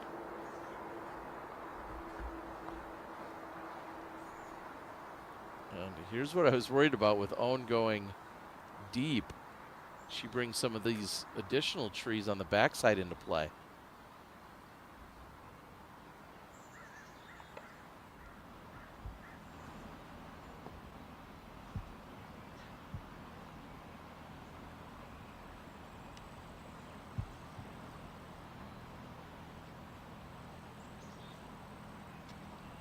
Trying to find her line.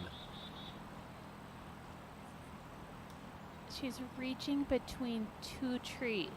It doesn't matter. Oh my gosh. Scoggins connects. She goes to 5 under. We have just 1 hole left to play here in round 1 at the GMC. Stay tuned.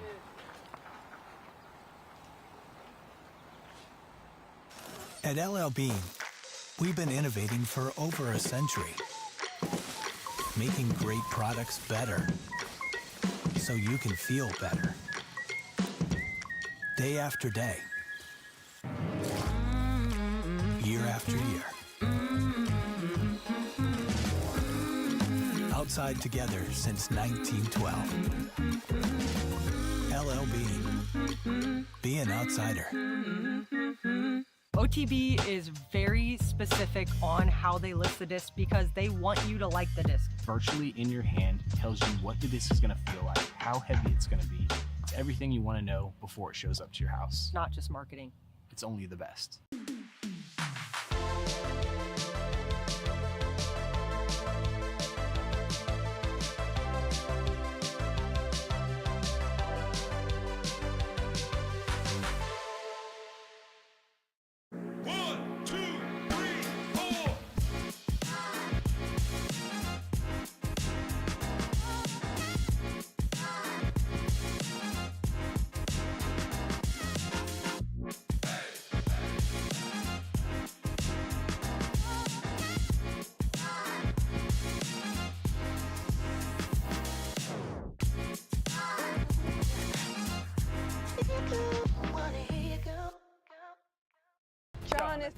Jonathan.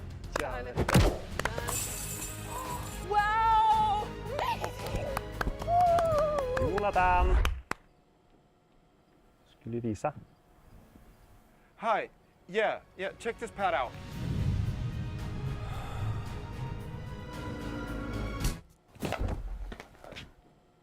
I think you should use your wrist a little bit more. Why not? Is he okay? Yeah, he's fine.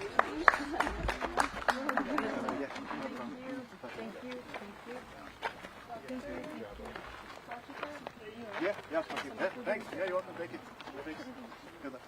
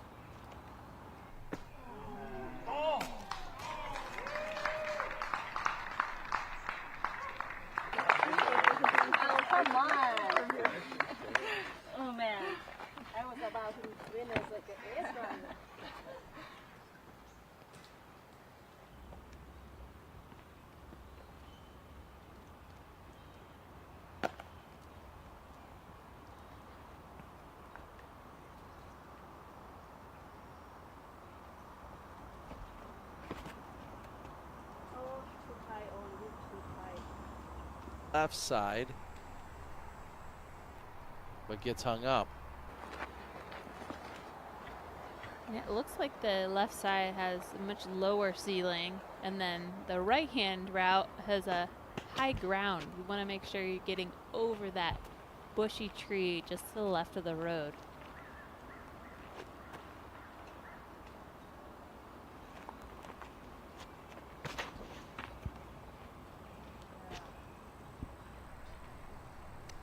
Right side, does it sneak through or maybe get a kick? Still inside the circle for Gannon. Missy 2 under at the moment, trying to get to 3.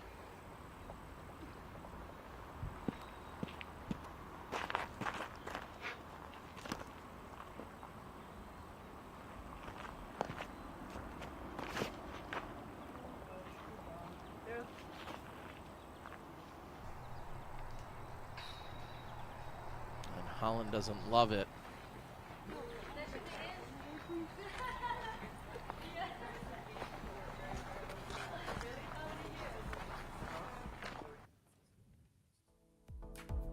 We have some GMC fundraiser discs, and we see that Discraft continues its strong support of the GMC with an amazing lineup of new commemorative discs, including the Crystal Kratos, the Z Jawbreaker, FLX Paul Macbeth Zeus, and a Jawbreaker Swirl Zone OS. Every purchase directly benefits the Green Mountain Championship, so don't miss out. Grab yours before they're gone.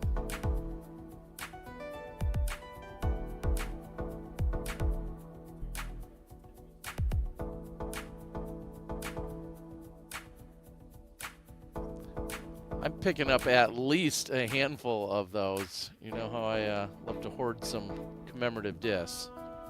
I do. How many storage units do you have nowadays? We've got them all organized in all the right places.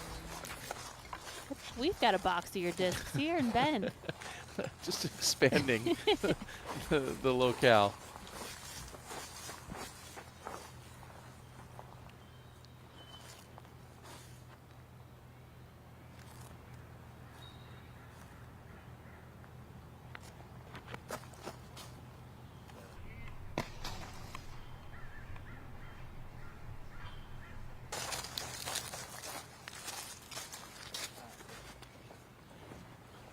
I would say that Holland is going to be happy this round is ending.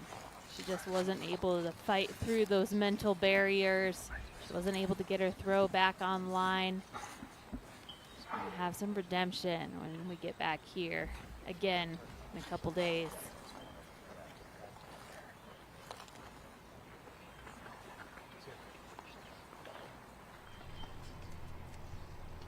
Very different course and set of challenges that she'll have tomorrow, so might be a good way to reset.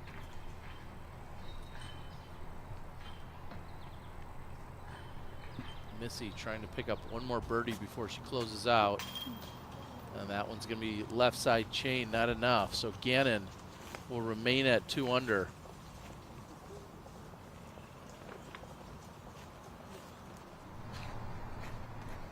That will be either 4 or 5 off of our leader, Kristen.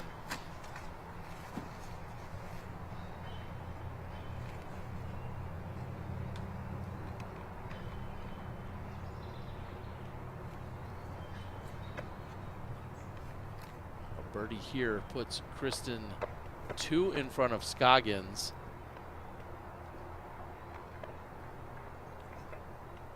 We shall also see on the lead card tomorrow for birdie.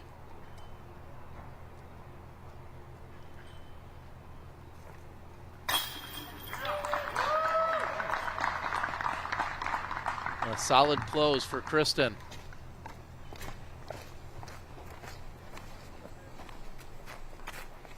She picks up 3 out of the final 4 holes.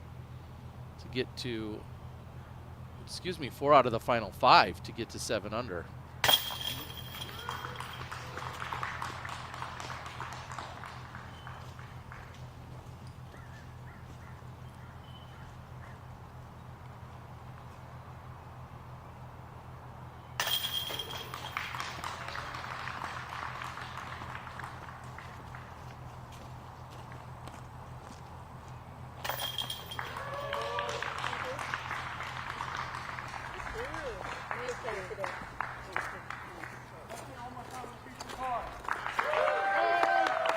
Thank you, y'all, for coming.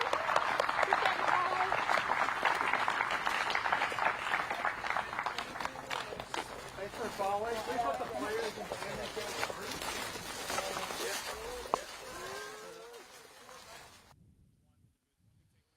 And welcome back in. We are done with one round here, Val. They, of course, have 4, a very different course tomorrow. But what's an initial takeaway from today? Brewster's tough. I'm looking at the scorecards between Kristen and Owen, our top 2 players. It was like Owen's difference was the quick start at the beginning, put herself in a good position.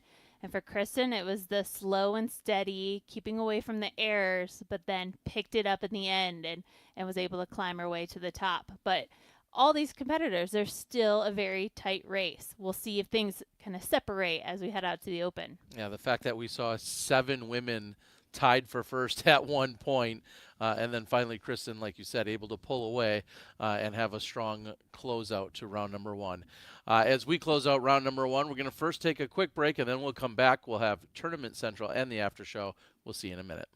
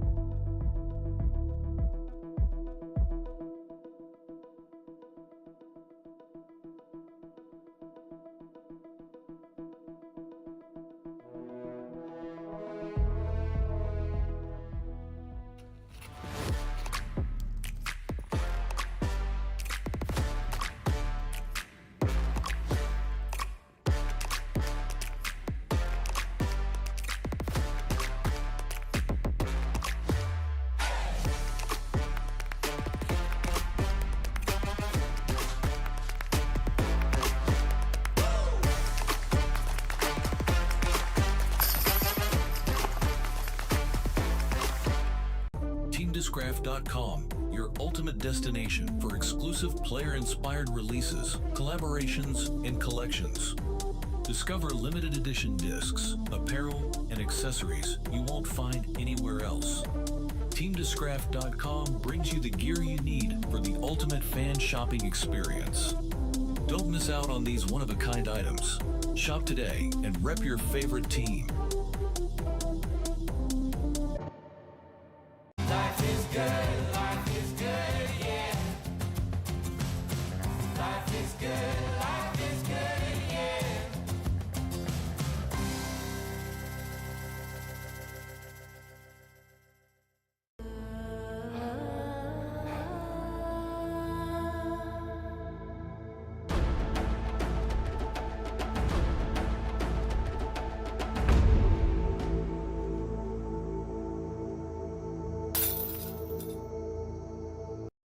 Discraft, built for flight.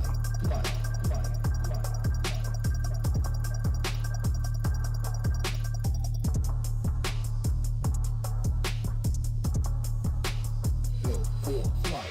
I am Nico Santila, and this is the Discmania Tour Bag.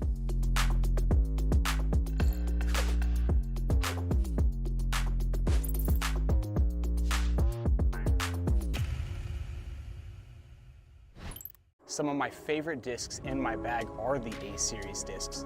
They're the ones I lean on to get close to the basket, and each of them have a consistent grip. So as you cycle through the series, you won't have to change the way that you hold the disc. These are torque-resistant discs that are more stable than the PA series, provide a consistent fade at the end of the flight. The best way to find your flight is to get out and use these discs yourself. Been rocking these polos all year. I love the breathability and comfortability. They've allowed me to perform at a high level.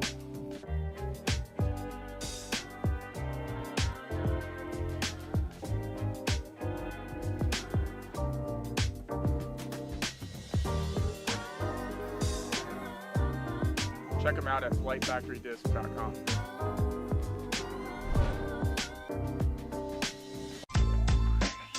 Pound's the best of the best. It's the quality, the craftsmanship, the vision for what a bag could be. Let's start from the beginning. I didn't choose Pound, I chose Levi. I trusted Levi to make the best bag possible. He's always trying to innovate. He wants it to be perfect. And I think he's the kind of guy that nothing's ever perfect. I trust the product, I trust the people behind the product. At this point, I don't think anyone's disputing that it's the best made bag.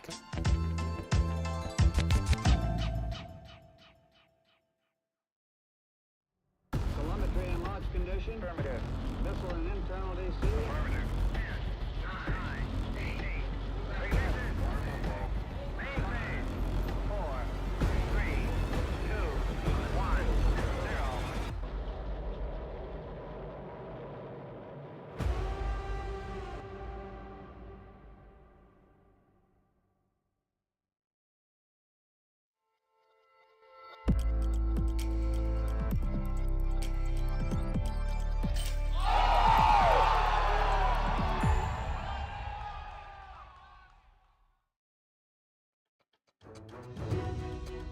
Into Tournament Central as we take a look at our scores after round number 1. Still see quite a logjam there at the 4 under. However, they're in a tie for third as opposed to being tied for the lead. Our leader is, of course, Kristen Tatar. And after her performance today, she officially has our end of a hot round, sitting at 7 under.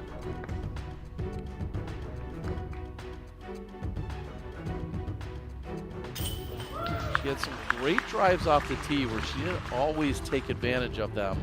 However, she did have a couple of very nice putts. And I feel like that last putt was that true confidence builder where you felt like, okay, there's the Kristen we remember. After going long there, she wasn't able to convert, but it was also a stress-free par. And sometimes that is a little bit of a victory in itself on a course like this.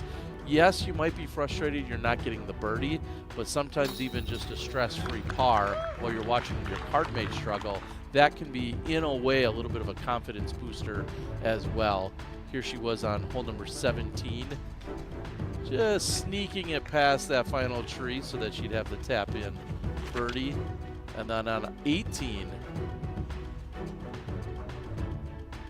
not a problem as she gets all the way out and around, goes deep, and she's able to convert from short range. She birdied 4 of her last 5, and that's how she bounced back. She had the bogey on 13, but then really put it together for the last 5 holes.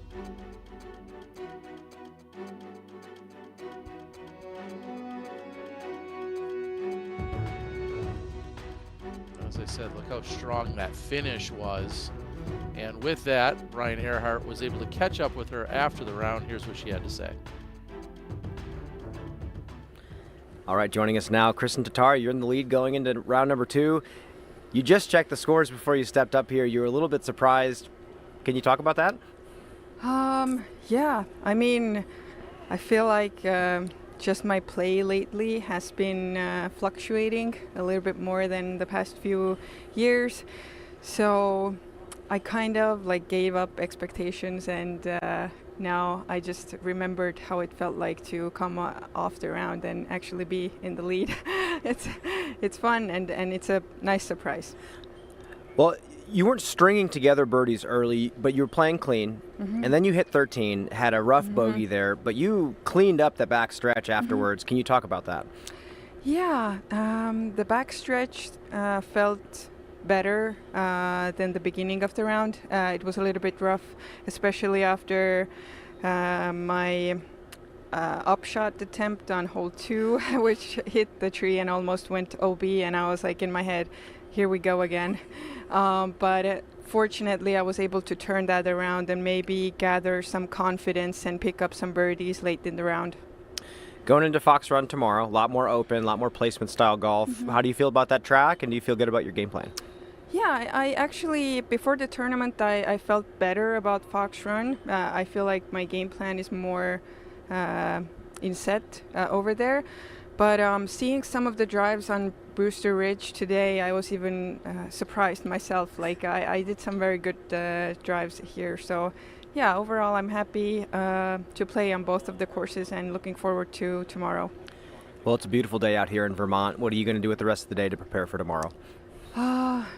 Maybe I'm going to go follow Silver for a little bit, and then we're actually thinking about going over to the other side of the notch, visiting a pizza place, because we like one pizza place here really much. So every year we go there. So, yeah. This is the plan. Well, Kristen, nice round today. We'll see you tomorrow. Good luck. Thank you. Man, I cannot argue with that game plan. Little afternoon golf possibly, and then pizza tonight over on the other side of the notch. Are we in the right place? Are we doing the right stuff here? I never went to that pizza spot, I don't think. But it sounds like a good way to celebrate a great round from Kristen. Like she mentioned, maybe her rounds haven't been as solid as what we've seen from her in the past, but today she was surprising herself that she was getting back and throwing the shots that she's dreaming up. It's funny, you know, all these years of playing disc golf, there's still those moments that even a player like Kristen, who can be so dominant, she is fighting her way back to get into that prime condition that we're grown to expect from her. Well, and I think what's even surprising about that is just the fact that throughout some of her play throughout the last couple of years, she even has admitted doubt in herself. She might be winning a tournament or dominating, and she still says, oh, I sometimes will second guess myself or have some doubt. And I think that's shocking, because we seem to have always have so much confidence in her, and she was second guessing it. Now maybe building on her own confidence. That could be pretty scary as we're trying to close out the season for the rest of her competitors. Yeah, and to know that Kristen might be overthinking things because she hasn't been that solid. We see today's round really allowed her to move up those standings. Yeah, Holland Hanley, of course, coming in the number 1 position. And right now, seeing Kristen with today's performance as to how all the points are shaking out in a live snapshot, we're seeing Kristen moving into that second place position in the tour standings. A few other movers and shakers that we've seen out there as well. Eliezer Midling has moved from 22nd into 20th, and Owen Scoggins has now claimed the number 1 spot. She's gone from 3rd into 1st. Of course, just one round in, and we've got a lot of golf to play, but still worth noting that every single one of these rounds and then ultimately their finishes are going to determine where they are in the Pro Tour standings. And as I just mentioned, Eliezer, so crucial there to see that 20th, because 20th is the cut. That's not just a random couple of numbers out there. 20th in the FPO division is exactly where the cut is. And someone who knows all about the cut and everything that's going on out there on the ground, Brian Earhart. Brian, you walked around out there today. You got to take in all of the action. The question is, how aware of the cut line and the tour placements, how aware are these players right now this late in the season? I think Eagle McMahon during the press conference said it best. He said, even if you don't try, it's kind of like knowing who won the Super Bowl. You're going to hear it at some point. Someone's going to tell you what happened. And Eagle said, you know, he wasn't trying to know where he was in the standings, and someone finally told him. And I think a lot of players are in that same boat now. I mean, if you're in that hunt to be in the Tour Championship, you're being talked about by other people. And I think it's mixed. I think, again, some players are really just focused on playing their best golf and not thinking about results. But it's kind of hard to not let those thoughts creep in a little bit. But now with the Tour Championship being as tough as it is, I mean, you look down that list and see the depth and talent in both divisions. Yeah, it's a big deal if you qualify for this tournament. Just being on tour is not even close to enough anymore. Yeah, and what I think for the women after today's round is the door swung wide open with Holland not shooting great. What did you see out of Holland today compared to what she's been doing in recent memory in these last few tournaments and how solid she's been? What happened today? At D-Glow, the thing that stood out to me was it finally seemed like she was a touch player. It felt like all of those hours spent on the practice basket, owning in that little floater that she'd been getting really good at, were paying off, and she was scoring incredibly well because of it, because she was able to take advantage of these big shots that she can throw off the tee and outdrive the rest of her card. Today, the touch did not look good, and both of you, being longtime disc golfers, know touch is fickle. No matter who you are, you could be the best touch player in the world and have a day where your hand just doesn't feel like it's working. And it looked like on some of those shorter shots, especially on the backhand, she just didn't have that feel. And it kind of messed with her a little bit. You could see that she was just not moving well. It felt like her torso was rotating faster than her arm, and nothing was really in sync. When she was throwing the big shots, it looked fine, but this course is tough, especially if you're not on your game and you're not trusting the equipment that's in your bag. Brian, I'll follow that up with a very similar question, but with a different person. In our leader, Kristen, she hasn't been playing incredibly great, and in fact, we were surprised that her last win in the U.S. was back in April. But today, she ultimately put it together to be out in front. That was even with a few mistakes. What did you see in her game today that maybe has been lacking over these last few months? Well, it's so funny. She's walking up almost as if she didn't know why I was asking her for an interview. And then she checked her phone and went, oh, okay. I didn't know I was going to be in first place. So I think it was finally starting to wear on her, not playing up to her expectations. But today it seemed like she was playing a little bit more calm. It wasn't spectacular dominant, but that finishing stretch after 13 kind of snapped her into focus, and we finally saw her string birdies together at the past few events. She's shooting clean rounds, but she's not rattling off 4, 5, 6 birdies in a row like we're used to seeing her, at least last year in that Grand Slam season. So I think being in her position where the spotlight's always on you, globally it's on you, the target's always on your back. Holland Hanley, who's in first place in the standings, is like, it still feels like I'm chasing after Kristen. I can't imagine what that's like to keep refining your expectations of yourself and not making them too high and putting too much pressure on yourself, but also keeping the sense of urgency to keep performing well. So today was a great start for her. I can't wait to see her keep pushing. It's going to be a really nice pivotal moment for her rounding out this season. Well, Brian, I know we have a very quick turnaround before the MPO action kicks off over there at Brewster Ridge for their first round. So go grab some lunch, and we'll talk to you this afternoon. Thanks, guys. And with that, we got to start talking about shot of the day. Man, do you feel like there's anything that really wowed you in terms of some of the shots that we saw out there? There were some big putts. A big putt I'm thinking about, Natalie Ryan hit a huge putt. Owen hit several huge putts. She had the longest total distance of putting of anyone in the field. So I'm going to call out one of Owen's big putts. She hit one that was about 40-some feet. I can't remember the hole, but Owen was putting great today. She was, and one place she didn't need the putt was on hole 15 when she parked it by putting it right up the middle there on that island green. So that's one that comes to mind for me. Who else did we saw? We saw a big putt by Valerie Mondahano on 15 as well. Maybe not quite as exciting because it was for bogey, but let's take a look. This is our OTB, our only the best shot of the day. Let's see what we have.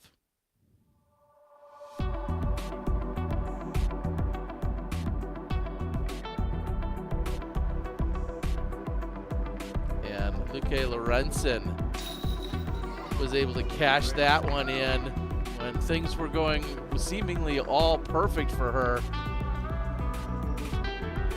Nice putt from circle 2. She was one of our co-leaders, or outright leaders even at one point, but Brewster Ridge had other things in mind for her. We'll see how she can battle back tomorrow out at Fox Run, and then she'll have one more shot at Brewster on Saturday. This afternoon we've got more action for you. Coming in at 2:30 Eastern is when we'll see our men kick off for here at the Green Mountain Championship. For Brian Earhart out on the ground, along with Valerie Jenkins, I'm Terry Miller. We'll see you this afternoon from the Green Mountain Championship.